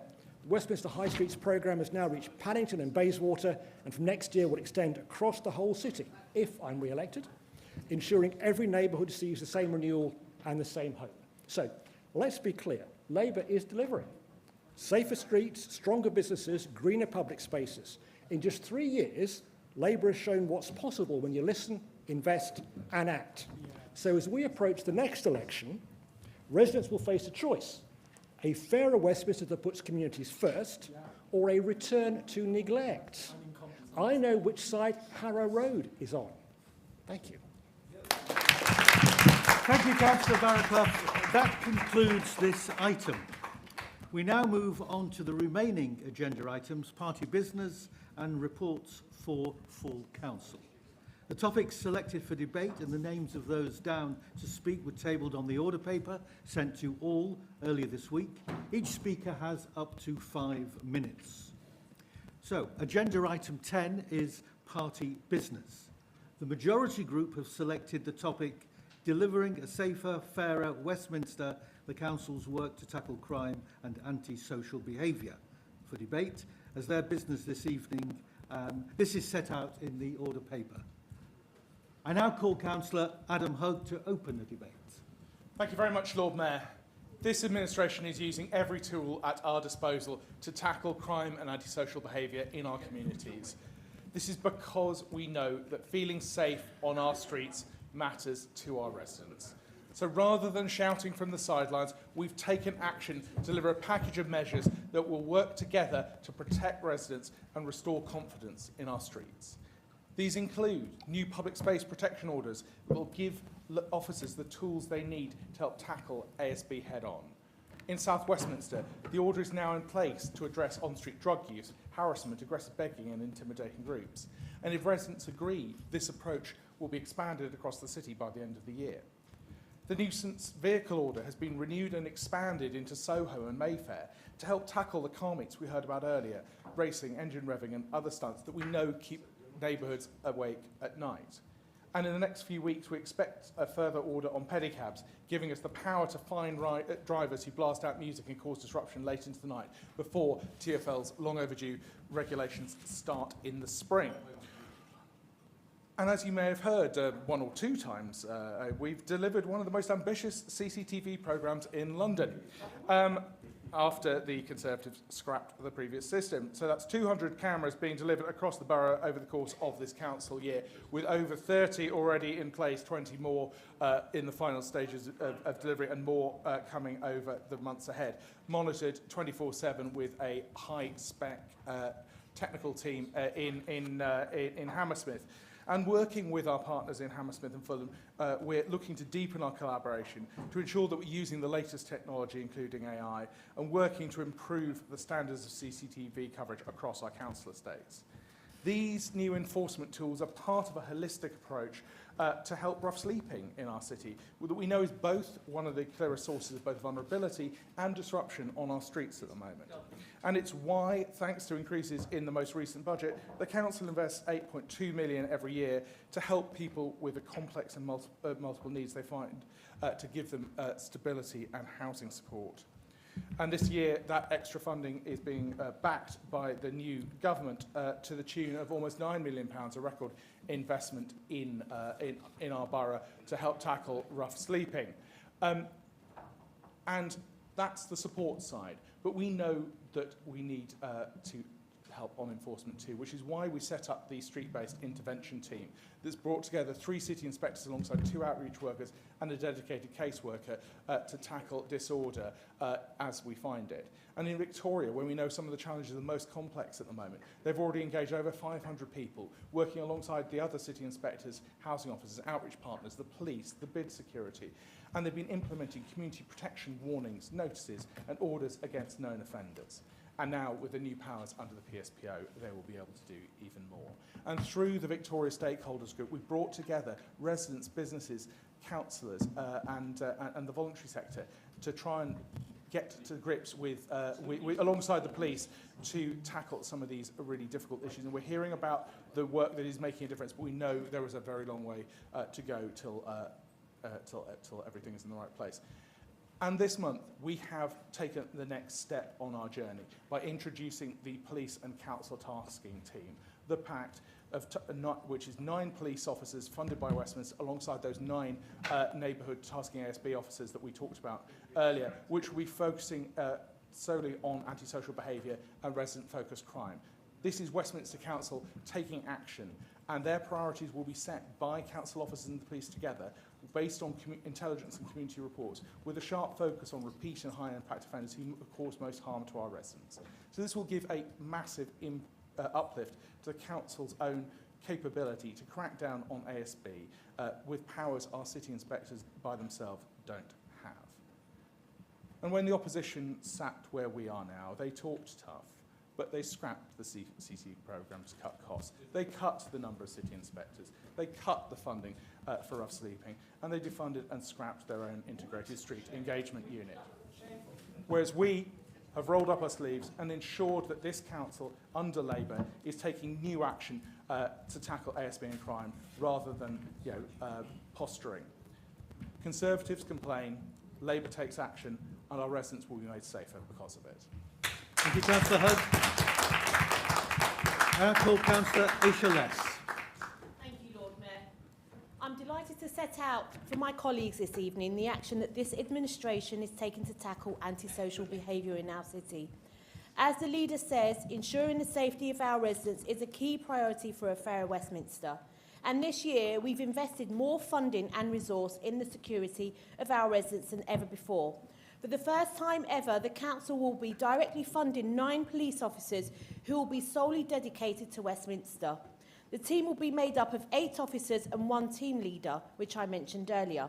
They'll sit alongside 9 new ASB-focused city inspectors announced earlier this year to form the Police and Council Tasking Team. We call it PACT. The PACT team brings together the expertise of police, council and partner agencies to jointly respond to issues of crime and antisocial behaviour. They will be problem-solving using targeted intelligence, and they'll be tasked by the council officers to go to the areas where our residents and businesses know they are most needed. As we heard earlier tonight from our resident Arabella, people are reassured when they see police on the streets. The PAC team will be uniformed presence on Westminster's pavements in the heart of communities they serve, tackling the low-level crime that matters most to residents. And to ensure that the PAC team have the right tools at their disposal, we are introducing new public space protection orders, as I also mentioned earlier. Everyone should be able to enjoy our public spaces in Westminster, but there are some areas where certain behaviours are persistent and they're affecting the safety of our residents and visitors. The first new PSPO is targeting on-street ASB in the south of Westminster. Council officers and police have now got additional powers to respond to problems like urination, verbal abuse, drug use and other ASB. Right now, we're also gathering evidence for another order that would help address the same issues citywide. The second PSPO coming into force is an expansion of our nuisance vehicle PSPO launched last year, which now includes the West End. This is a PSPO which has had results. This year alone, 117 fines have been issued for nuisance vehicles, with the footage sent to the Met for further prosecution. I know the expansion of the order has been welcomed by residents in Soho and Mayfair, where there's been some concerning and unsafe behaviour this year. A third PSPO is also in the works and due to be introduced next month. It will allow us to enforce against pedicabs and to clamp down on loud, abusive and dangerous drivers on the spot. The new PSPOs and PACs complement our highly successful CCTV programme rollout over the last 18 months. 17 new cameras were put up in August, and by the end of this month we should have a total of 150 in operation. Again, we are really seeing the results. Recently, a camera in South Westminster helped the police identify known drug dealers in the area. And in August alone, more than 131 incidents were caught on our cameras, leading to at least 10 arrests. And the PAC team will have full access to the camera footage, further allowing our security network to function in a joined-up way. Lord Mayor, tackling crime and reducing antisocial behaviour is the #1 issues that residents are raising with us on the doorsteps. We all know too well how pervasive and how the pervasive effect of this is, whether it's vandalism, noise, drinking or the blatant drug dealing. But the actions of this administration show how seriously we take antisocial behaviour and the crime that affects our communities. The results show that our interventions are working and our residents will be safer for it. That's a fairer Westminster. Thank you, Lord Mayor. Thank you, Councillor Les. And I call Councillor James Small-Edwards. Thank you, Lord Mayor. The first duty of any elected official is to keep their residents safe, and that is a duty that we take with the utmost sincerity. Yet, like so many of our public services, for many years our police were underinvested in. We had a government that cut over 20,000 police officers nationally, leaving communities exposed. When it comes to London, the cuts totalled £1.1 billion in real terms. Unsurprisingly, neighbourhood policing disappeared, leaving residents without that reassuring presence of bobbies on their beat. These cuts, coupled with the increased investment in the Met by the current mayor, has seen City Hall's contribution to the Met's budget rise from 18% to 25%. This year, a record £1.16 billion of mayoral funding has gone to the Met Police, a £320 million uplift, which is an unprecedented increase. In terms of the nominal difference, Sadiq Khan is putting in more than double the amount of money put into the police by Boris Johnson. But it's not only the previous government and mayor that undermined resident safety through cost-cutting. It was also done at the local level too. CCTV is a crucial tool in fighting crime, deterring criminals and keeping our residents safe. Despite this seemingly obvious fact, The previous administration cut Westminster CCTV cameras and left us as the only local authority in London not to have its own CCTV network. But where the previous administration fell short, this administration has stood up. We're introducing 200 cameras across the length and breadth of the city, giving officers the evidence and intelligence they need to act swiftly. In addition to cameras, policing presence is also critical. Take an issue like phone theft. 40% of all phone theft in London takes place in Westminster and the West End, something we raised regularly with the police and the Mayor's office. And those conversations and the hard work of councillors Lily, Les, Hug, and Rachel Blake MP and others has led to us securing an investment providing 80 new police officers for the West End.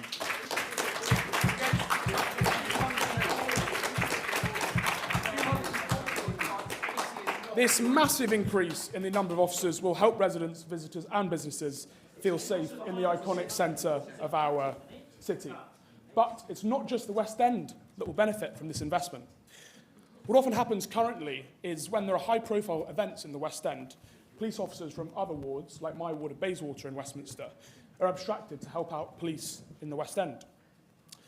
This investment will mean much fewer abstractions, eventually leading to no abstractions at all, meaning neighbourhood officers staying in their wards.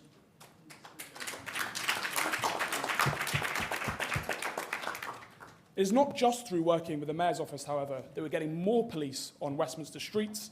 We're also getting out our own chequebook and directly funding 9 new police officers. This is the first time ever that the council has funded Metropolitan Police officers to work alongside council officers to concentrate on the antisocial. Okay, if that's incorrect, then I apologise. Thank you. If that's incorrect, then I apologise for my mistake.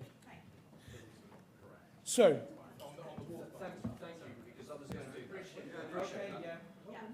what have the results of our work been so far?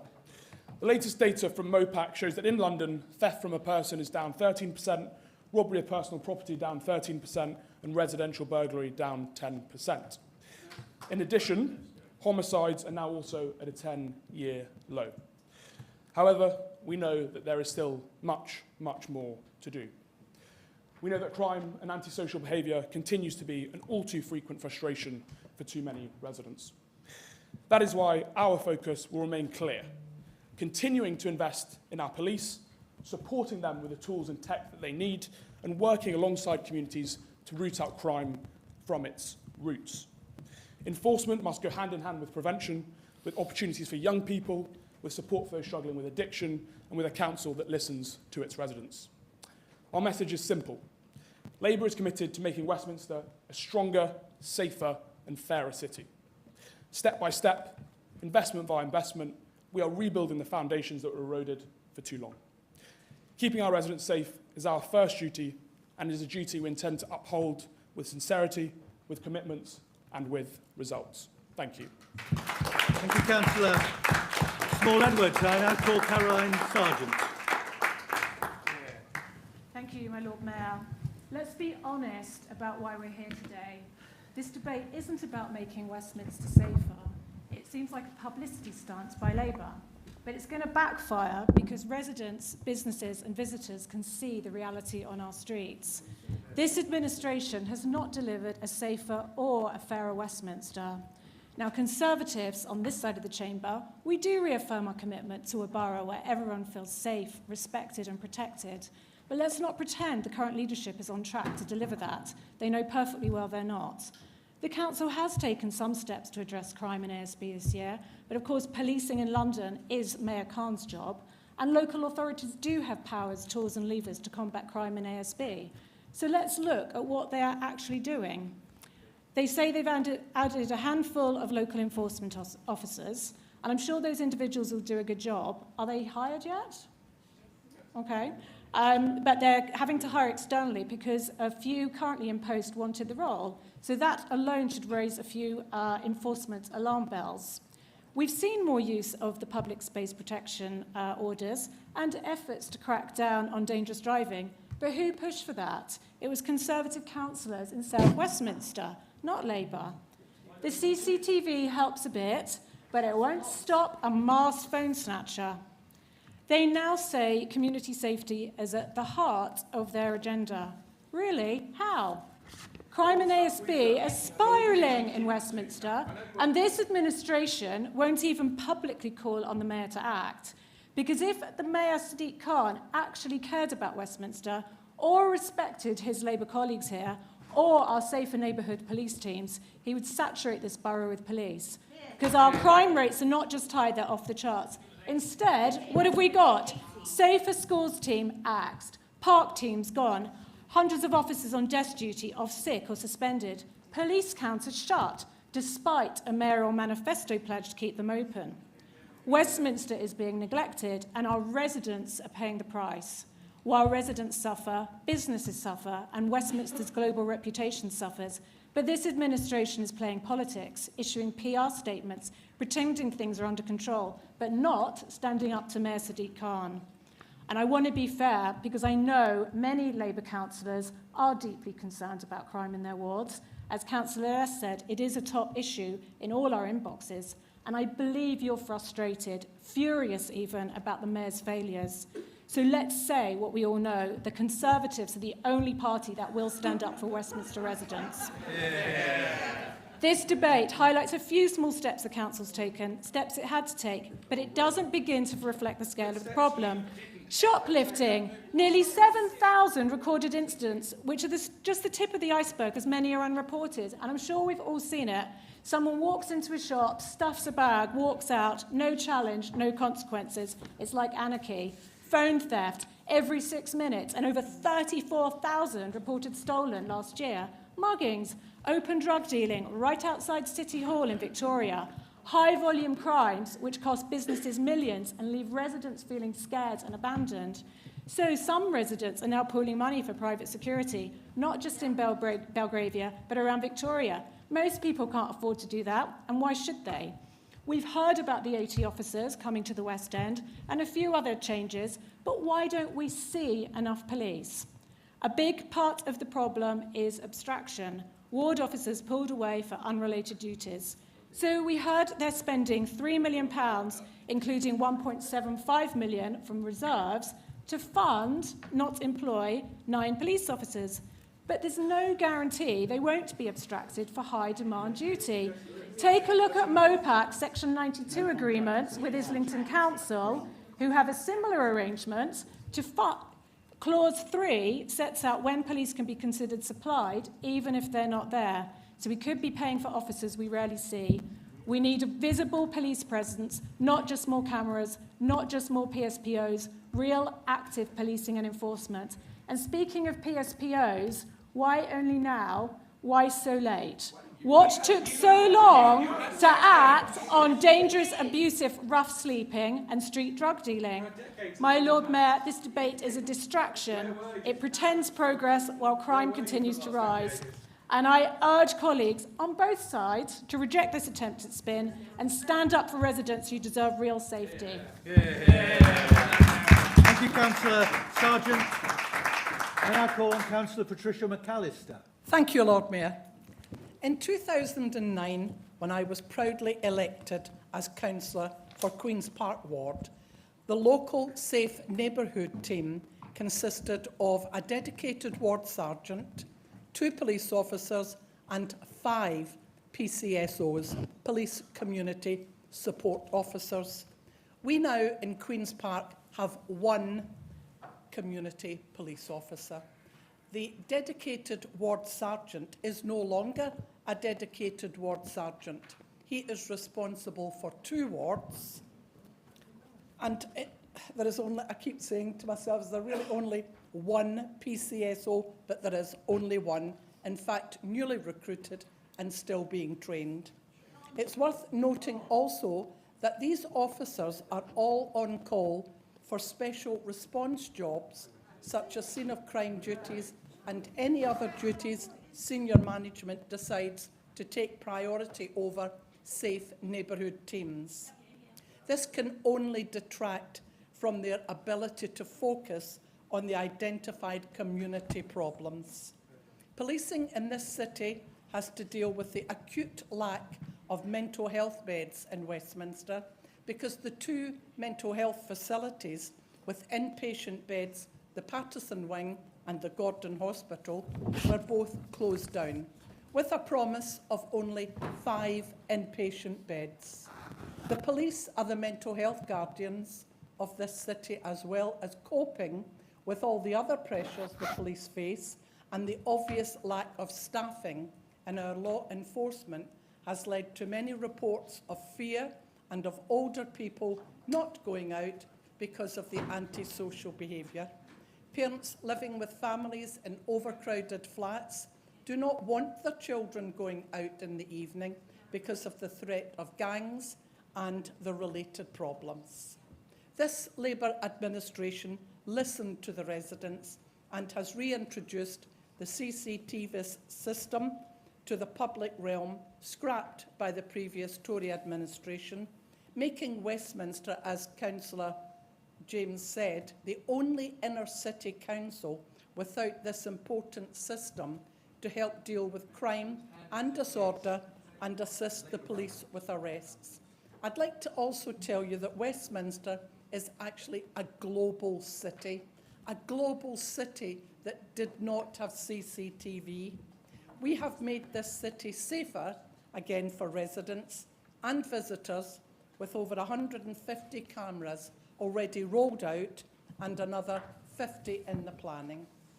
Westminster's state-of-the-art CCTV is a part of a series of Labour measures to further strengthen the Council's response to crime and antisocial behaviour, which is a blight on our city.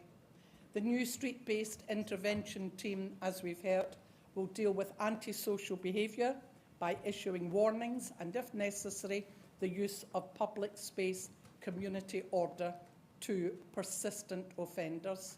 We will go to the courts, if necessary, for banning orders for those who do not heed the warnings. We will make our streets safer for all by using all the measures at our disposal. The Metropolitan Police and the NHS will create pathways for those rough sleepers and others who are suffering from mental health and addiction problems, spearheaded by our rough sleeping team. The antisocial car nuisance is not restricted to the West End and surrounding areas, but is actually happening in residential streets in the north of Westminster. This threatening and intimidating behaviour will not be tolerated. It not only undermines public safety, but it also causes damage and expensive repairs to our roads. We will be working closely with the public protection teams, housing and the police teams to make this global city of Westminster the safe and respected place for all residents and visitors. Thank you, Lord Mayor. Thank you, Councillor McAllister. I now call Councillor Martin Hayes. Lord Mayor, we have a crisis in Vincent Square, but particularly in and around Westminster Cathedral. The Daily Mail recently ran a story about the horrors local residents and worshippers must face. Councillor Harvey, Short and I met this week with the senior team at Westminster Cathedral. They are enormously concerned with the current situation. They would very much appreciate if Councillor Hudd will join our next meeting and hear firsthand of the issues they are facing, and we will be writing to send that in. The number one issue and concern is drug dealing. It is rampant and completely done in the open. On any evening after midnight, tables come out in the piazza in front of the cathedral, and dealers literally set up shop like guides or scouts would be selling lemonade or cookies. Where are the police? Residents around the cathedral feel abandoned. If there is a lack of sympathy for the residents because they live in beautiful buildings and apartments, the Chamber should be reminded that there are residents in these blocks who have lived there for decades and are not wonderfully wealthy. We recently met with an elderly lady who had lived in her lower ground flat for 50 years, and she was still having to work part-time. Private security is simply not affordable to many of the residents, and even when affordable, there are many who object to hiring a private militia, full stop. The residents know there is only one answer to the current horrors, and that is more police, and a massive sea change in how we are punishing, or rather not punishing, criminals. We all know on both sides of this chamber that people no longer report crime because very little happens. That's simply the truth. When some suggest saturation policing either is not needed or doesn't work, I would suggest that they visit the cathedral area this week. Due to the royal funeral happening next week, the area is now undergoing a massively enhanced police presence. And who would have imagined that more police would lead to less drug dealers? What a truly unexpected result. The party opposite now has a real problem, because the residents of the cathedral area are now experiencing firsthand the difference between few or no police and an active police presence. They will not easily forget, and they will not easily forgive, when the nightmare resumes on September 17th. Can we honestly say that it's fair for an elderly widow to be afraid to go and pray or light a candle for her late beloved husband? Surely something is very broken when residents or any of the nation's 6.5 million Catholics cannot go to Mass, confession, or just pop in at lunchtime to pray without feeling afraid or having to watch someone inject drugs in the pew opposite. On Saturday, we were out and we were talking to an NHS psychologist who lives next to Westminster Cathedral. She now works in East Croydon, and she told me straight she feels much safer in East Croydon than near her home, and that she is genuinely afraid when her son must come home late at night alone. Surely that is not a fairer Westminster. No. King's College Passage is truly horrifying at the moment. Councillor Harvey Short and I visited last night. Shocking doesn't begin to describe the situation these residents are being forced to endure. While we were there, we witnessed numerous drug deals taking place, including one by Michael, who was on his bike, and we were informed he's just 14 and a local boy. I want to live in a country where Michael is given every opportunity and support before it's too late to turn his life around. But let's find the person who has groomed Michael and send them away to a very hard, cold place for a very long time. These families and businesses are facing daily people openly defecating on the pavement, masturbating in public, and rampant drug dealing and drug using, and all the associated drug paraphernalia is laying about on the pavement. Young families need to step over human excrement and use needles in Vincent Square, Westminster, and it is utterly shameful. The father of one of the families living there I knew personally. He was born locally, just like myself, and what he said to me that made me most upset was that his 3 young children now are increasingly desensitized to drugs. Can this really be called a fairer Westminster? We were out on Saturday and visited Peel House on Regency Street, and while we were there we met residents. And let me just deviate for one moment and say on the record, shame on Octavia Housing. People have endured no working lift for 95% of the previous 11 weeks, and it's not the first time such a streak of misfortune has occurred. We met a lovely elderly lady. Please can you wind up, Councillor? We met a lovely elderly lady who doesn't care that the lift doesn't work because she no longer goes out near her home because she's too scared. That is shameful. Let's make Westminster safe again. Thank you, Councillor Hayes. And I call Councillor Aziz Toki.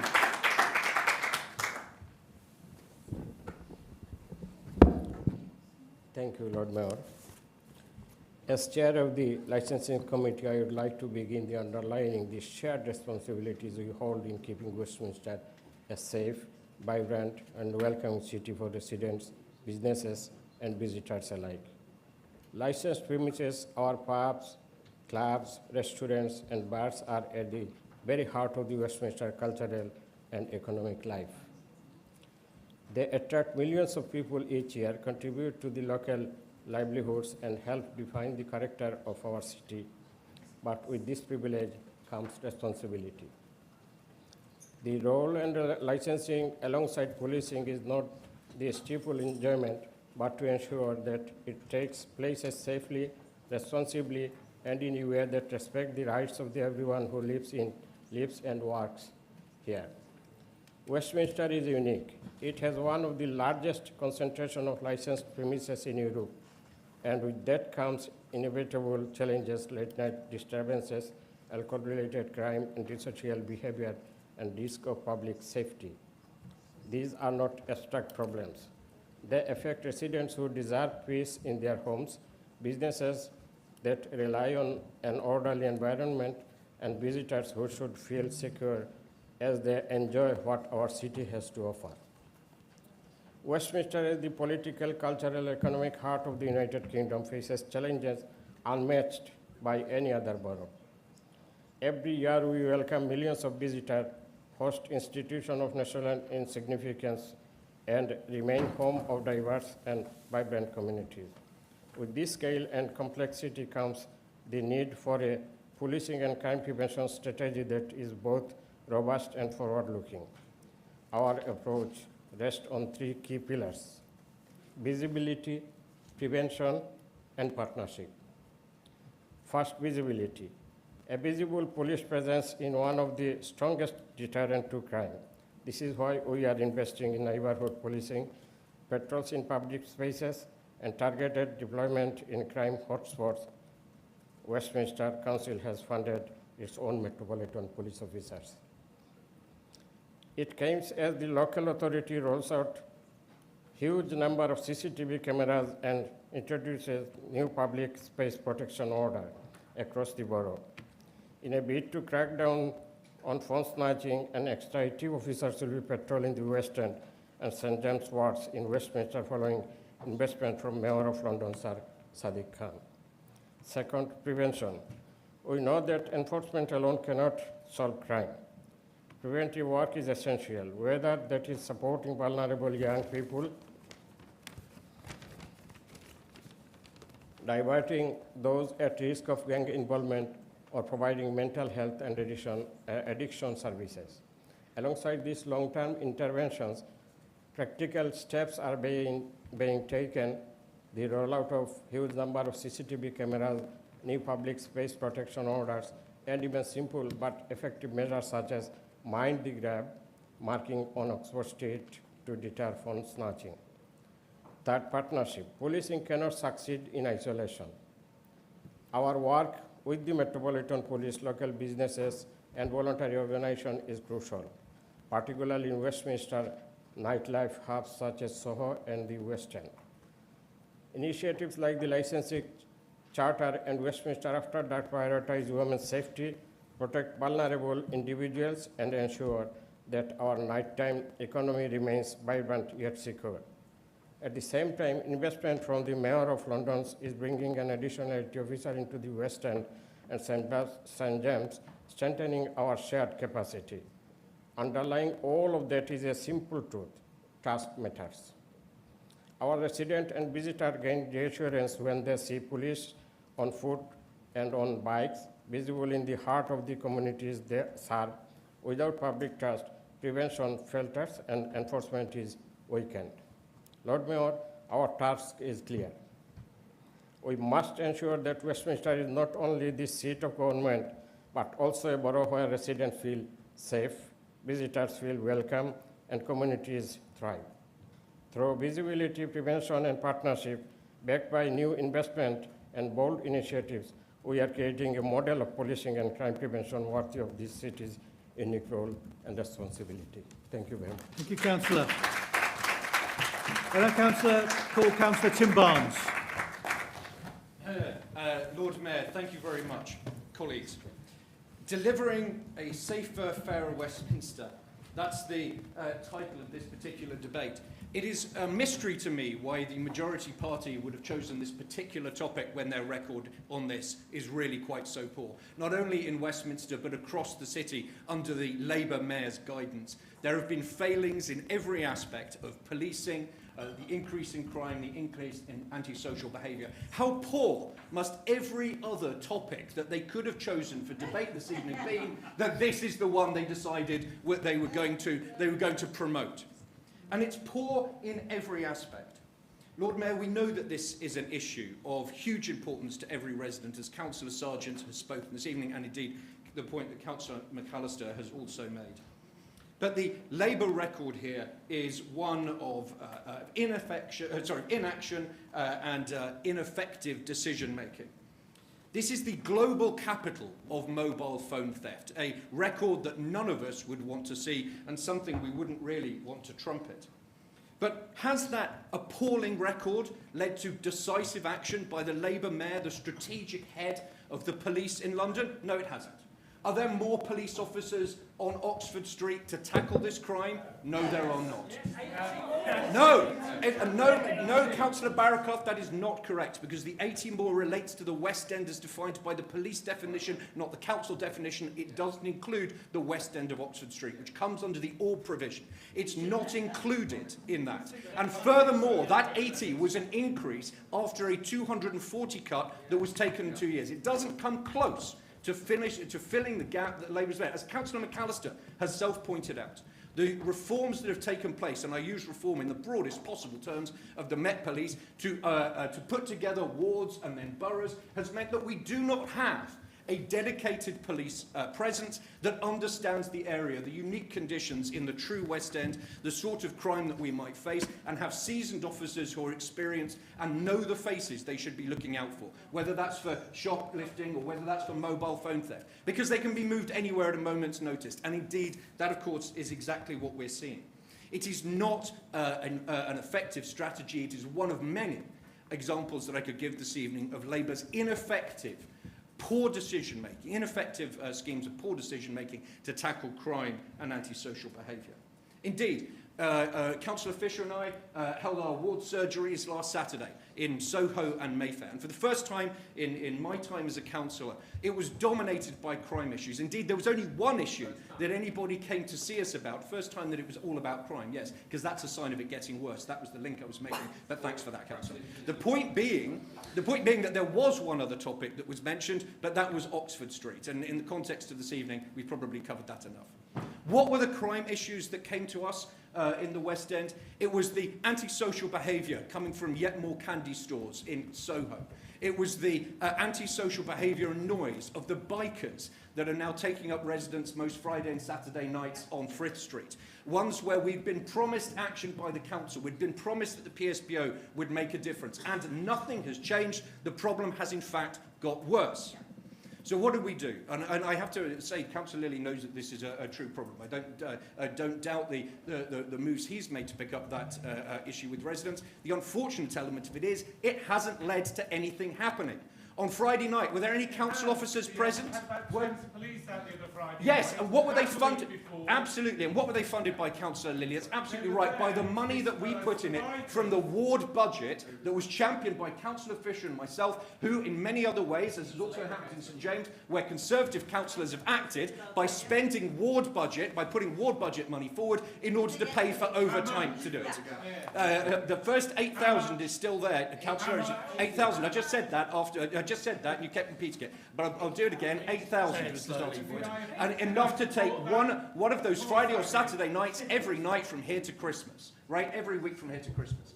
It is a concrete form of action that we have taken, and we've shown it in St James and bits of K&B and elsewhere. We know that when this is something that absolutely matters to residents, you can rely on the Conservatives to act in a way that you can't rely on Labour. And whether or not it's on the bag thefts of Greek Street, whether or not it's noisy bikers or the flicked up number plates that we now see increasingly across those bikes around which the Met has done nothing. I went out myself, I videoed those, I reported it to the Met, I got the crime number, I got abuse from the bikers, but that is, we can't all be have-a-go heroes like Councillor Pittford, I don't have the figure for it, but I can wield a camera to evidence the fact that crime is being taken. Again, Conservatives take action when Labour doesn't. Lord Mayor, We have an example here of a Labour administration who picked a topic, despite the fact that supposedly the thing they want to talk about is crime and ASB are one of their champion issues, and yet they are incapable with dealing with noisy bikes. They're incapable of dealing with dealing with young men who are sitting on a wall, being drunk and shouting. Thank you very much, Lord Thank Mayor. you, Councillor. Sit down. And I call Councillor Adam Hugg to reply. Very clearly, the reason we picked this topic tonight is because we know it matters to our residents, and it matters to, and we know it matters to everyone in this chamber across both sides of this this meeting. However, we have heard from this side of the chamber concrete action that this council has taken, concrete action that the previous administration either ignored or actively went in the opposite direction. There is spectacular myopia, and just they've forgotten everything that happened before 2022. In terms of, you had the option to bring in the PSPOs that we are bringing in now. You chose not to. You cut city inspectors. We are investing in them. You scrapped CCTV. We brought it back. We are now investing, we are now investing in this new police tasking team. You scrapped the ISU, we investing in the street-based intervention team in Victoria. So we are very clear. We are taking action that we have. There are crime and antisocial behaviour are multifaceted things. But what is very clear is that the previous council didn't step up. It talked a good game, it complained a lot on social media, but it did not act. These are all concrete actions that you had the opportunity to take and you did not.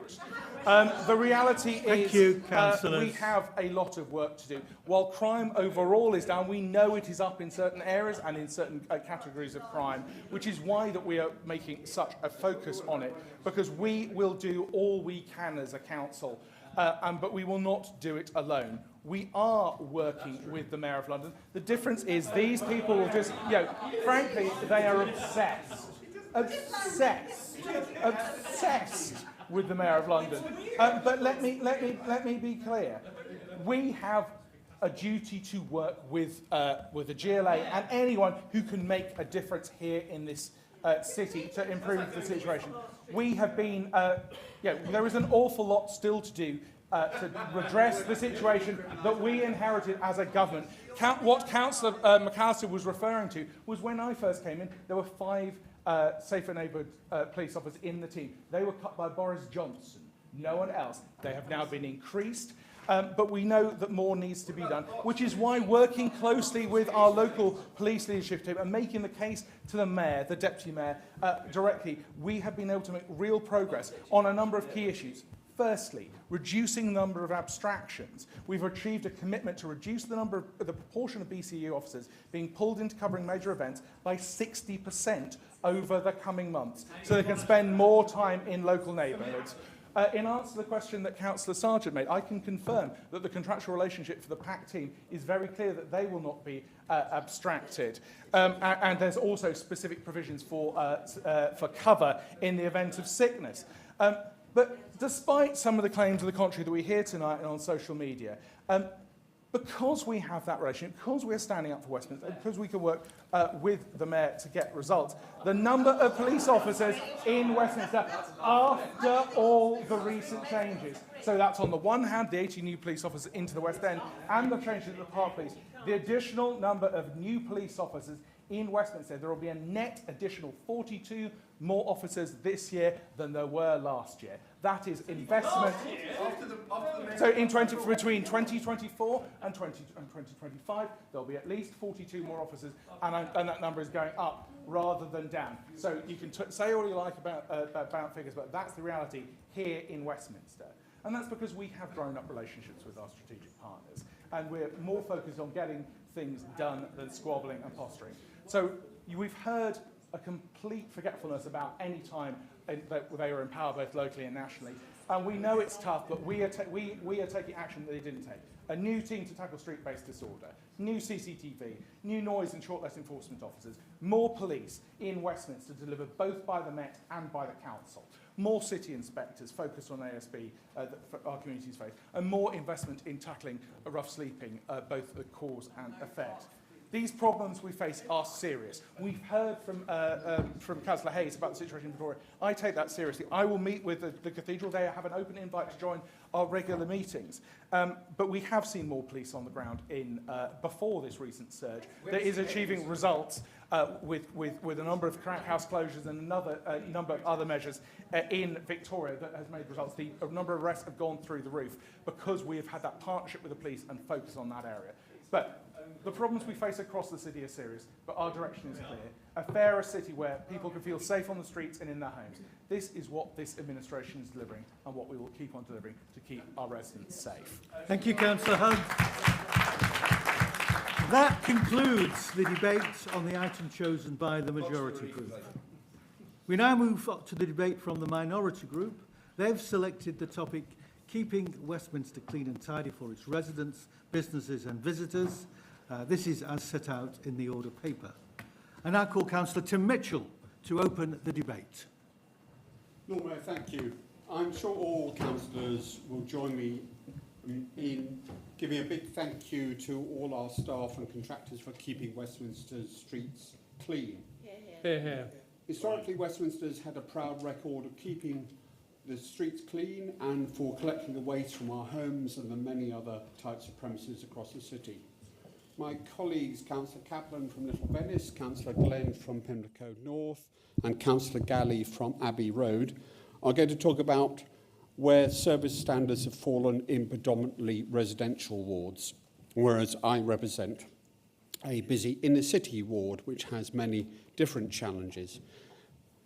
I also want to emphasise to the Labour administration this evening that maintaining the existing refuse and recycling collection times across the city and the street sweeping schedules are essential to keeping our streets clean. The council has had a long history of collecting recyclables, but has had significant challenges in increasing the percentage of waste because of the significant percentage of waste collected from street cleaning.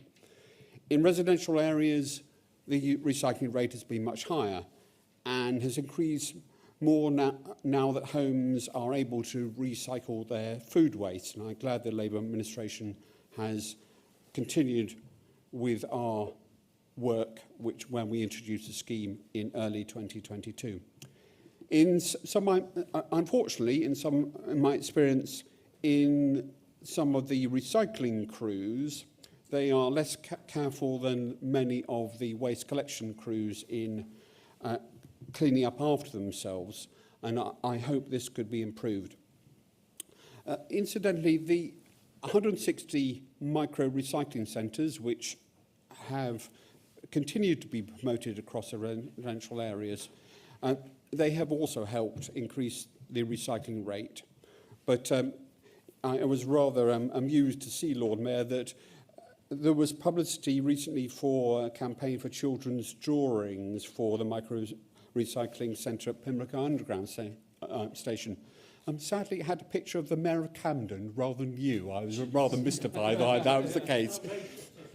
Anyway, the point is to make sure that these initiatives are continually promoted, because it's very, very easy for people to forget what can be recycled, where it can be recycled, and when it can be recycled. Sometimes unnecessary impediments are put in the way of people. For example, dry recycling bags are easy to be picked up from various locations and can be ordered from a form on the council's website. But food waste bags, you can pick them up from various places, but there's no website form. Instead, you have to email the council. Why not a website form too? On the subject of IT-enabled services, whilst the web-based assistant for the Report It service is an improvement, but it lacks the many features that all of us have come to expect from modern technology. and its integration with the My Westminster accounts is patchy, so making it very difficult for residents to keep track on their reports of waste and other issues. Away from residential areas, keeping our streets clean of litter and leaves and other detritus is essential. In commercial areas, in the last few years, we've seen the introduction of more of the new style bins, which are now being rolled across the city. I hope this will mean that there's another increase in recycling rates, but the downside, as some colleagues have reported, is that the smaller capacity of these bins compared to the old double bins, there have now been reports of overflowing bins. That means either there have been more bins provided, or the bins will need to be emptied more frequently. Lord Mayor, one of my particular passions is graffiti, which sadly has been an increasing problem across the city. Though the council has made some efforts, the worst culprit, in my view, is Transport for London, and also, as we'll no doubt hear from colleagues at Canals and Rivers Trusts and public utilities like BT, we need to work harder to make sure that these organisations face up to their responsibility. Lord Mayor, waste collection and cleansing might not be a glamorous subject to some people, maybe to you and me, but it is a key service for an authority like Westminster. Westminster is in danger of losing its reputation for clean streets. This Labour administration must do better. Thank you, Lord Mayor.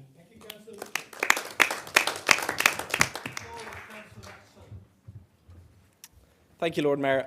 Whether it's foxes tearing apart the waste from the Airbnb next to my house, or fly-tip mattresses on my way to work, or litter from visitors to Paddington when I'm meeting with constituents, I know that these behaviours are a blight on our city, absolutely no doubt. So in every single budget this Labour administration has passed, we have not just maintained standards, but we've invested in raising standards.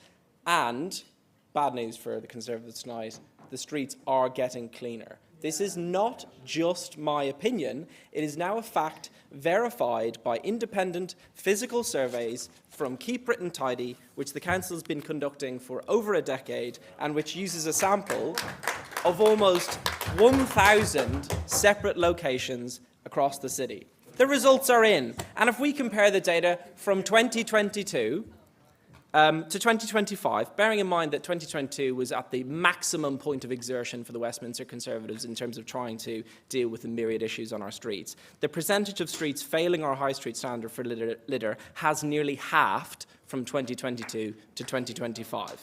For detritus like old leaves, like Councillor Mitchell mentions, it's gone down from 3.21% to 0.71%, and the rates of fly tipping and street staining are also down. So when the Conservatives were in power, they weren't doing much better than the London benchmark, and they were below the national benchmark. Today, under Labour, Westminster outperforms both the London and national averages in litter. But our work isn't done here, and we don't claim to be perfect. Now, Councillor Mitchell has made an admission that he's passionate about graffiti, hopefully reporting it rather than doing it. But we do see that graffiti and fly posting have been worsening over the past 8 years, and we want to reduce fly tipping and litter even further to raise standards. It's why we've redoubled our efforts. We've deployed a new council public realm CCTV network of 200 cameras, up from 0 under the Conservatives, as you've already heard, that is both deterring and catching fly tippers in the act. We've increased the number of fixed penalty notices, with 2,800 FPNs issued in 2024-2025 alone for a variety of waste offences. We've tripled the amount of enforcement against businesses for failing to provide evidence of their waste carrier, with 147 cases in 24-25 compared to 43 in 21-22. We have, as I've already said, quadrupled the jet washing of our high streets. High footfall areas, including high streets, are now hot washed and deep cleaned 4 times a year instead of just once under the Westminster Conservatives. And we've invested in an additional graffiti unit to help maintain our rapid response times, clearing offensive graffiti within 12 hours and all other graffiti and fly posting within 3 days. The Westminster Conservatives, you'd have to assume, call this debate in an effort to grip the narrative on clean streets. But this is a very difficult topic for them. The Conservative and Reform councillors in this room, or not in this room in the case of the latter, told the public that electing Labour would lead to an unprecedented hellscape, a key part of which would be dirtier streets. Had cleanliness stayed the same, they could have maybe mentally recalibrated, the cognitive dissonance could have been maintained, but no, the facts are very, very unkind to the Westminster Conservatives, to their record and to their story tonight, and their doublespeak is creaking at the seams. Because the streets have not gotten dirtier, they are by their own independently verified and expert measures getting cleaner. Right. So what do we have up next for the rest of the evening? And you'll see me again soon, don't worry. Up soon, we have Councillor Galley, a recently elected Conservative councillor with hopefully some new ideas. We also have Councillor Kaplan, who held this very portfolio and has even been the leader of the council. A pair that, with all their experience, I hope can surprise us with something truly ingenious about what they will do differently. Councillor Glenn will also be speaking. No, seriously, sir, you were moved around in the order paper late. That genuinely wasn't meant as a dig. But no, seriously. Let's hear it. With over 60 years of governing at your back, and 8 months to go before the electorate have their say, what are the bold new ideas from Westminster Conservatives? Will Councillor Kaplan, the man who once urged fellow Conservatives to keep our nerve on fiscal prudence while allowing the cost of Marble Arch Mound to spiral from £2 to £6 million, pitch us a sequel to this international embarrassment of a mudhill? Fail again, fail better perhaps. And here is my final crucial and deadly serious question. Please answer me this tonight, Councillors Glenn, Galley and Kaplan. If you are elected in May, will you promise not to turn the clock back on the dirtier streets we had under the Conservatives?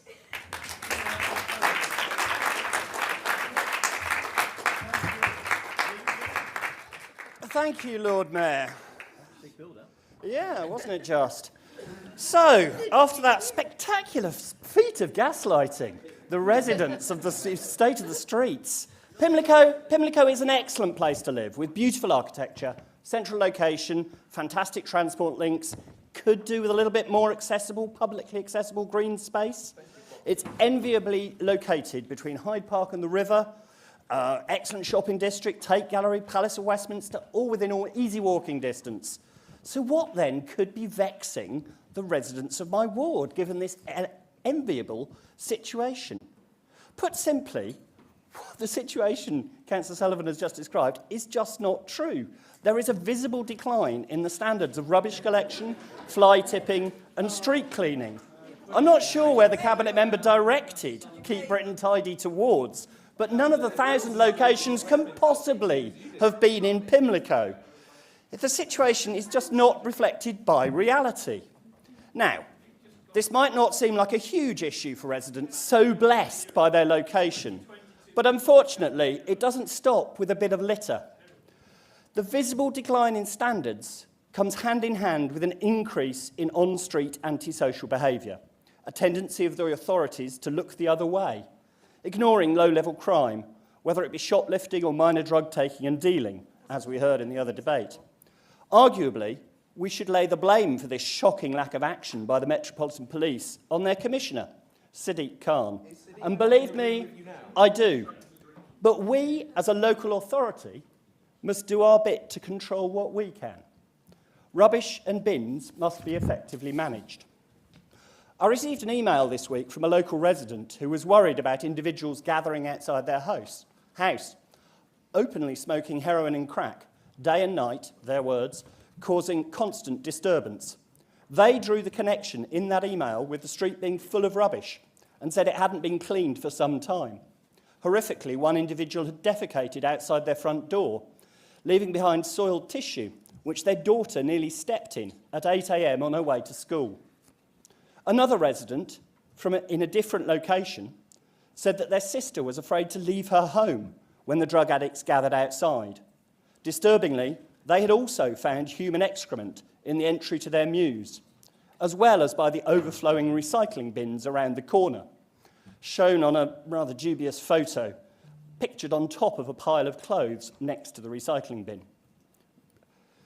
They both say that the situation is severely impacting the safety, well-being and quality of life of residents. They say the lack of street cleaning is worsening the problem, attracting more people to congregate. There are practical steps I would urge the Cabinet Member for Streets to take. To actually look at the frequency of street cleaning, restore it to previous levels where the streets were cleaner. They were swept more frequently. To unlock the recently locked recycling bins, to reduce dumping next to them. Manage the contract with the clothes and small electrical recycling bins so they are more frequently emptied and less likely to be pillaged by random individuals. Maybe use smart technology to alert contractors to issues at those micro-recycling sites. The decline in standards on our streets over the last 3.5 years is real. It's observable by all and contributes to the sad reduction in the quality of life for all residents in the paradise we know as Pimlico. Thank you, Lord Mayor.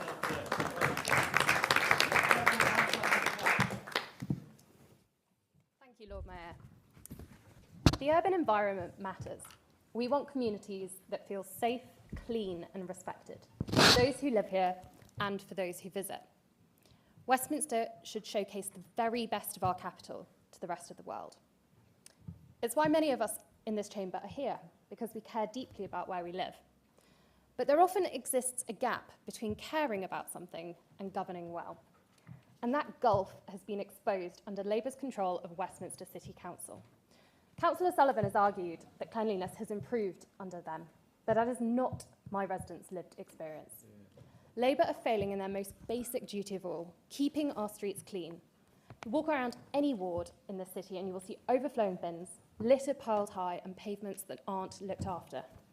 Instead of pride in our city, we see neglect. Clean streets are not a luxury. They are the foundation of a functioning community. Residents deserve regular bin collections and well-kept streets. They want pavements free of weeds and litter and public spaces that are cared for. Yet under Labour, what we see is decline and grime. In Abbey Road, I've seen this steadily rise since the party opposite took charge.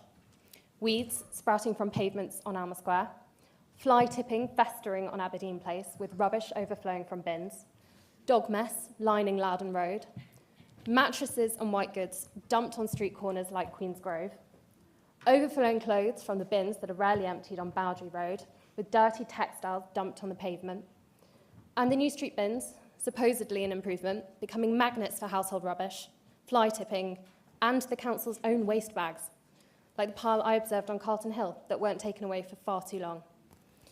I walk around my ward and I am struck by how long it takes for litter to be picked up. The bench outside the synagogue on Grove End Road has had bottles left next to it for days. And normally I try to pick up litter when I see it, but I actually left these just to see how long it takes to be cleared. And those bottles sat there for 1 week. And as of this morning, they were still there. And yes, I reported them twice to the council. We all know the broken windows theory. When authorities ignore small signs of disorder, bigger problems naturally flow. Well, Labour's neglect of our streets sends exactly that signal, that grime is acceptable and decline is inevitable. Litter attracts litter, and neglect breeds neglect. But residents are not blind to this. Groups like Looking for Growth are stepping in, young men and women, donning marigolds and scrubbing graffiti off tube carriages. A friend of mine took it upon herself to clean stickers off the historic red phone boxes on Parliament Square and Whitehall. It shows people care.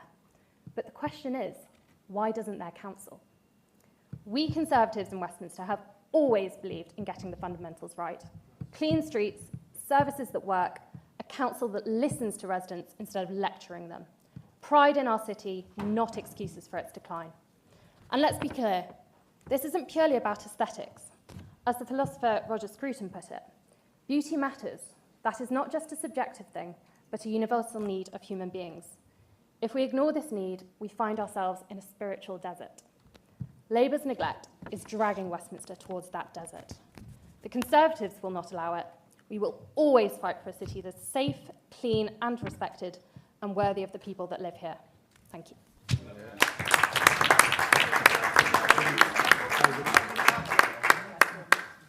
Thank you, Lord Mayor, and you have to forgive me, I've got the rocky chair syndrome, but just one of those sort of things. So, Lord Mayor, you and I have always had a number of areas in common. We come from the same time, and we like to talk rubbish. One of your favourite topics, and mine as well. And that even extends beyond our current performance of our football team. That is really true. But Lord Mayor, it wasn't always that way. Our football team used to have a bit of success, and so did the city as well. And it doesn't have to be the way it is today. Something that I've learnt over the years, and we're months away from an election, is that not the insults, but the claims that go across this sort of chamber, they get sort of more interesting as we get closer to May the 7th next year. And of course, if you're the ruling party, as those opposite are, you actually have to believe your own propaganda. You can put out lots of press releases, and you can actually point to this survey or that survey. We all know, those of us like yourself, Lord Mayor, and myself that have been around a little while on this sort of council, it's the only people that will decide whether they believe you are right or we are right are the voters that live in this city. That is absolutely the case. We can all argue about it, and I think, we can all say what we need to say tonight. You believe your propaganda. What we believe on this side of the chamber, and it comes up every day of the week, every hour of the day, that people tell us the streets are dirtier. Now, you don't believe that, and some of the surveys, you are right, some of the surveys will claim that's not the case. But I can tell you, because I walk around, I'm retired now, I walk around my ward every day, and every day, it doesn't take me very long. I can walk out of my front door. If I turn right, I'm in my ward. If I turn left, I'm in somebody else's ward. And what I can tell you is that the streets are dirtier than they used to be. And residents say exactly the same. You can look at our Facebook, you look at all sorts of things, and we have pictures on almost like a daily basis. We get bored, Lorraine and I, deciding actually which ones to use. There are so many. The reality is the streets are dirtier, and that's what our residents tell us. What we also have in Little Venice Ward, and Lord Mayor, you'll be aware of this because I challenged you on this a couple of years ago, and I would challenge Councillor Sullivan today. We talked about abstraction earlier on. It's not just the police that get abstracted in Westminster. It's city inspectors as well. I can tell you, over the last year, over the last 2 years, there has not been a single week, because I keep records of all of this, when we've had city inspectors on duty on a daily basis in my ward. It does not happen. My ward does not have, Lorraine's ward does not have city inspectors day by day. Why do I know this is the case? Because whenever I make reports, which I do on a very frequent basis, I'm told, oh, we'll have to get somebody out there to have a look at it, because there actually is nobody walking around the streets on a daily basis. And that is something that happens in my ward, and I know it happens in other wards across the city.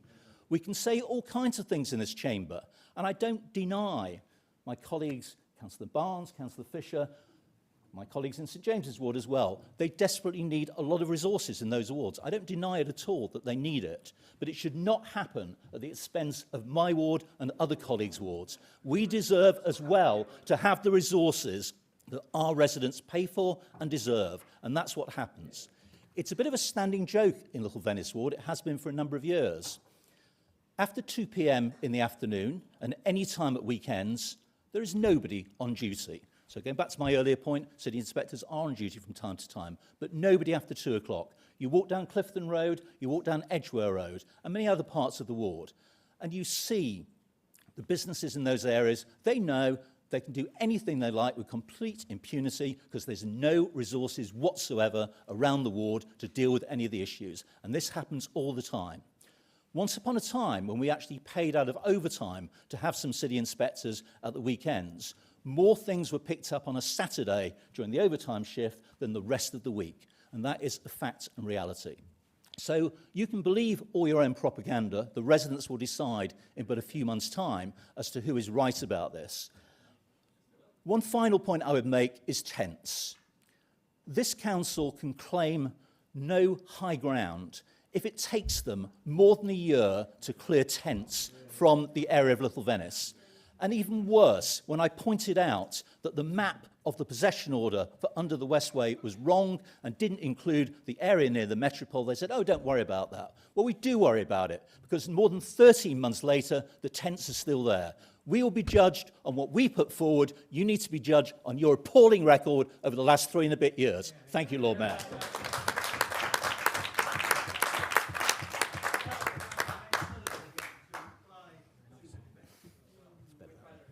So absolutely not gaslighting the residents of Westminster. As I said in the opening of my speech, I see these issues, and actually Councillor Kaplan and Councillor Dean, I walk through your ward every day as well, and what happens is we have a cat and mouse game where Councillor Dean reports the fly tipping off the Westway onto Warwick Avenue at around 7-8 a.m. I cross her path on my way from my son's nursery to work, and then I see that the collection crews are already there clearing it. There is a daily problem and a daily issue in Westminster where we're trying to fight bad waste behaviours, and it's completely disingenuous for you to suggest that it's gotten worse when your own report, not some sort of Pravda, your own report, which you've been doing for more than a decade, and it is not one of many surveys, it is the most comprehensive survey of any kind done in person over 3 batches, with almost 1,000 locations, independently verified by an extremely well-respected organisation, Keep Britain Tidy. If you are saying the Keep Britain Tidy don't know what they're talking about, then, frankly, you have no idea what you're talking about. So, food bag form on the website, good suggestion, we're already doing it. Smart tech at bins, the Pimlico trial that you mentioned is exactly that. It's a locking system that residents get a code and access to. We're doing that. In terms of the bins, they have 20 litres more capacity than the current ones. So the idea that that's a problem is nonsense. And I find it just completely disingenuous. While I take every individual piece of casework completely seriously, I find it completely disingenuous that this lot think that they can lecture based on the figures we've just heard and the investments we've made, because you're trying to paint a picture of decline when the facts speak to the opposite. But perhaps you thought that the stats in my first speech were just one-year snapshots, maybe flukes. So let's look at the average across Conservative and Labour administrations. Over the last 4 years in office, the average rate of litter failures reduced 62%. Detritus failures down 33%. We've seen a 56% decrease in weed growth, which was talked about, and street substandard due to fly tipping has decreased by 26%. Those are averages across your last 4 years and our record today. And we've made it easier than ever for residents to to play their part. This is thanks to improvements in our online reported system. We've significantly reduced the time and effort it takes for residents to make a report, with the average time to complete a report now just over 1 minute. Significant decrease in user effort and time, down from 4 minutes. Our AI image recognition correctly categorises images of problems with 70% accuracy plus, helping residents to report issues without needing to understand council jargon or find the right category. That's why it's gotten so faster. The council's new award-winning report has been recognised by the public and private sector as best in class, with both the government and Google using it as an example of cutting-edge practice using AI. It's also been welcomed by local residents and bids as a huge improvement. It's been recognised at the National AI Awards, the Local Government Chronicle Awards, UK Contact Centre Forum Awards, GeoPlace Awards, and the Geography and Government Awards and National AI Awards. In addition to that, we've rolled out food waste collections across the city. We started to roll out garden waste collections with a trial in Queen's Park and Abbey Road wards. We've launched bi-monthly community recycling centre events with on-site swap shops, which are proving hugely popular. The next one is in Councillor Swaddle's ward on the 27th of September between 10 a.m. and 4 p.m. in the Townsend Estate in St John's Wood in the playground opposite Ramsey House. Hope to see you there, Councillor Swaddle. We're rolling out more outdoor household bins that are sensitive to Westminster's unique property types in more areas following successful trials in Queen's Park, Harrow Road and Westbourne, which boost recycling rates. These will be coming soon to Maida Vale, Little Venice, Abbey Road, Regent's Park. We've just finished rolling out 1,700 new slimline and fire-resistant bins that hold more waste, 20 litres more, as I said, and are designed to reduce contamination, increase recycling and make our streets more accessible because they take up less street space. And our residents are noticing, despite everything that the opposition would have you believe. In 2023, the council received an average of over 3,400 service requests each month for issues like graffiti, fly posting and fly tipping. By 2024, that figure had dropped to just over 2,500 requests per month. Our residents don't need to tell us about the problems as often because we're proactively addressing them. But I don't, like your administration claimed in times past, that we're perfect. We always have more to do. But here are the facts. Compared to the Conservative, streets falling below standard for litter, down 62%, detritus, down 33%, weeds, down 56%, fly tipping, down 26%. Many of my fellow residents tonight would have hoped for two things from this opposition debate, from the Westminster Conservatives: contrition for the scandals they presided over, and some new ideas. New ideas. Anybody? We have heard neither of those. In the local election in May next year, let's not reward fly tipping, including the verbal fly tipping we've heard tonight from the Westminster Conservatives. Let's keep up the progress we're making together. Let's keep our streets clean. Let's keep the Westminster Conservatives out of power.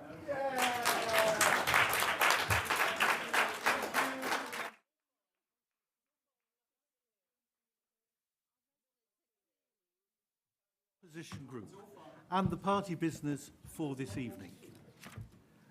There are two reports before full council this evening. The annual report of policy and scrutiny activity in 24-25 and the annual report of the Audit and Performance Committee 24-25. These reports are for full council to note only. That concludes the council meeting. Thank you for a pretty well-behaved council. Thank you. Is it because there's somebody missing that I'm... Thank you and good night.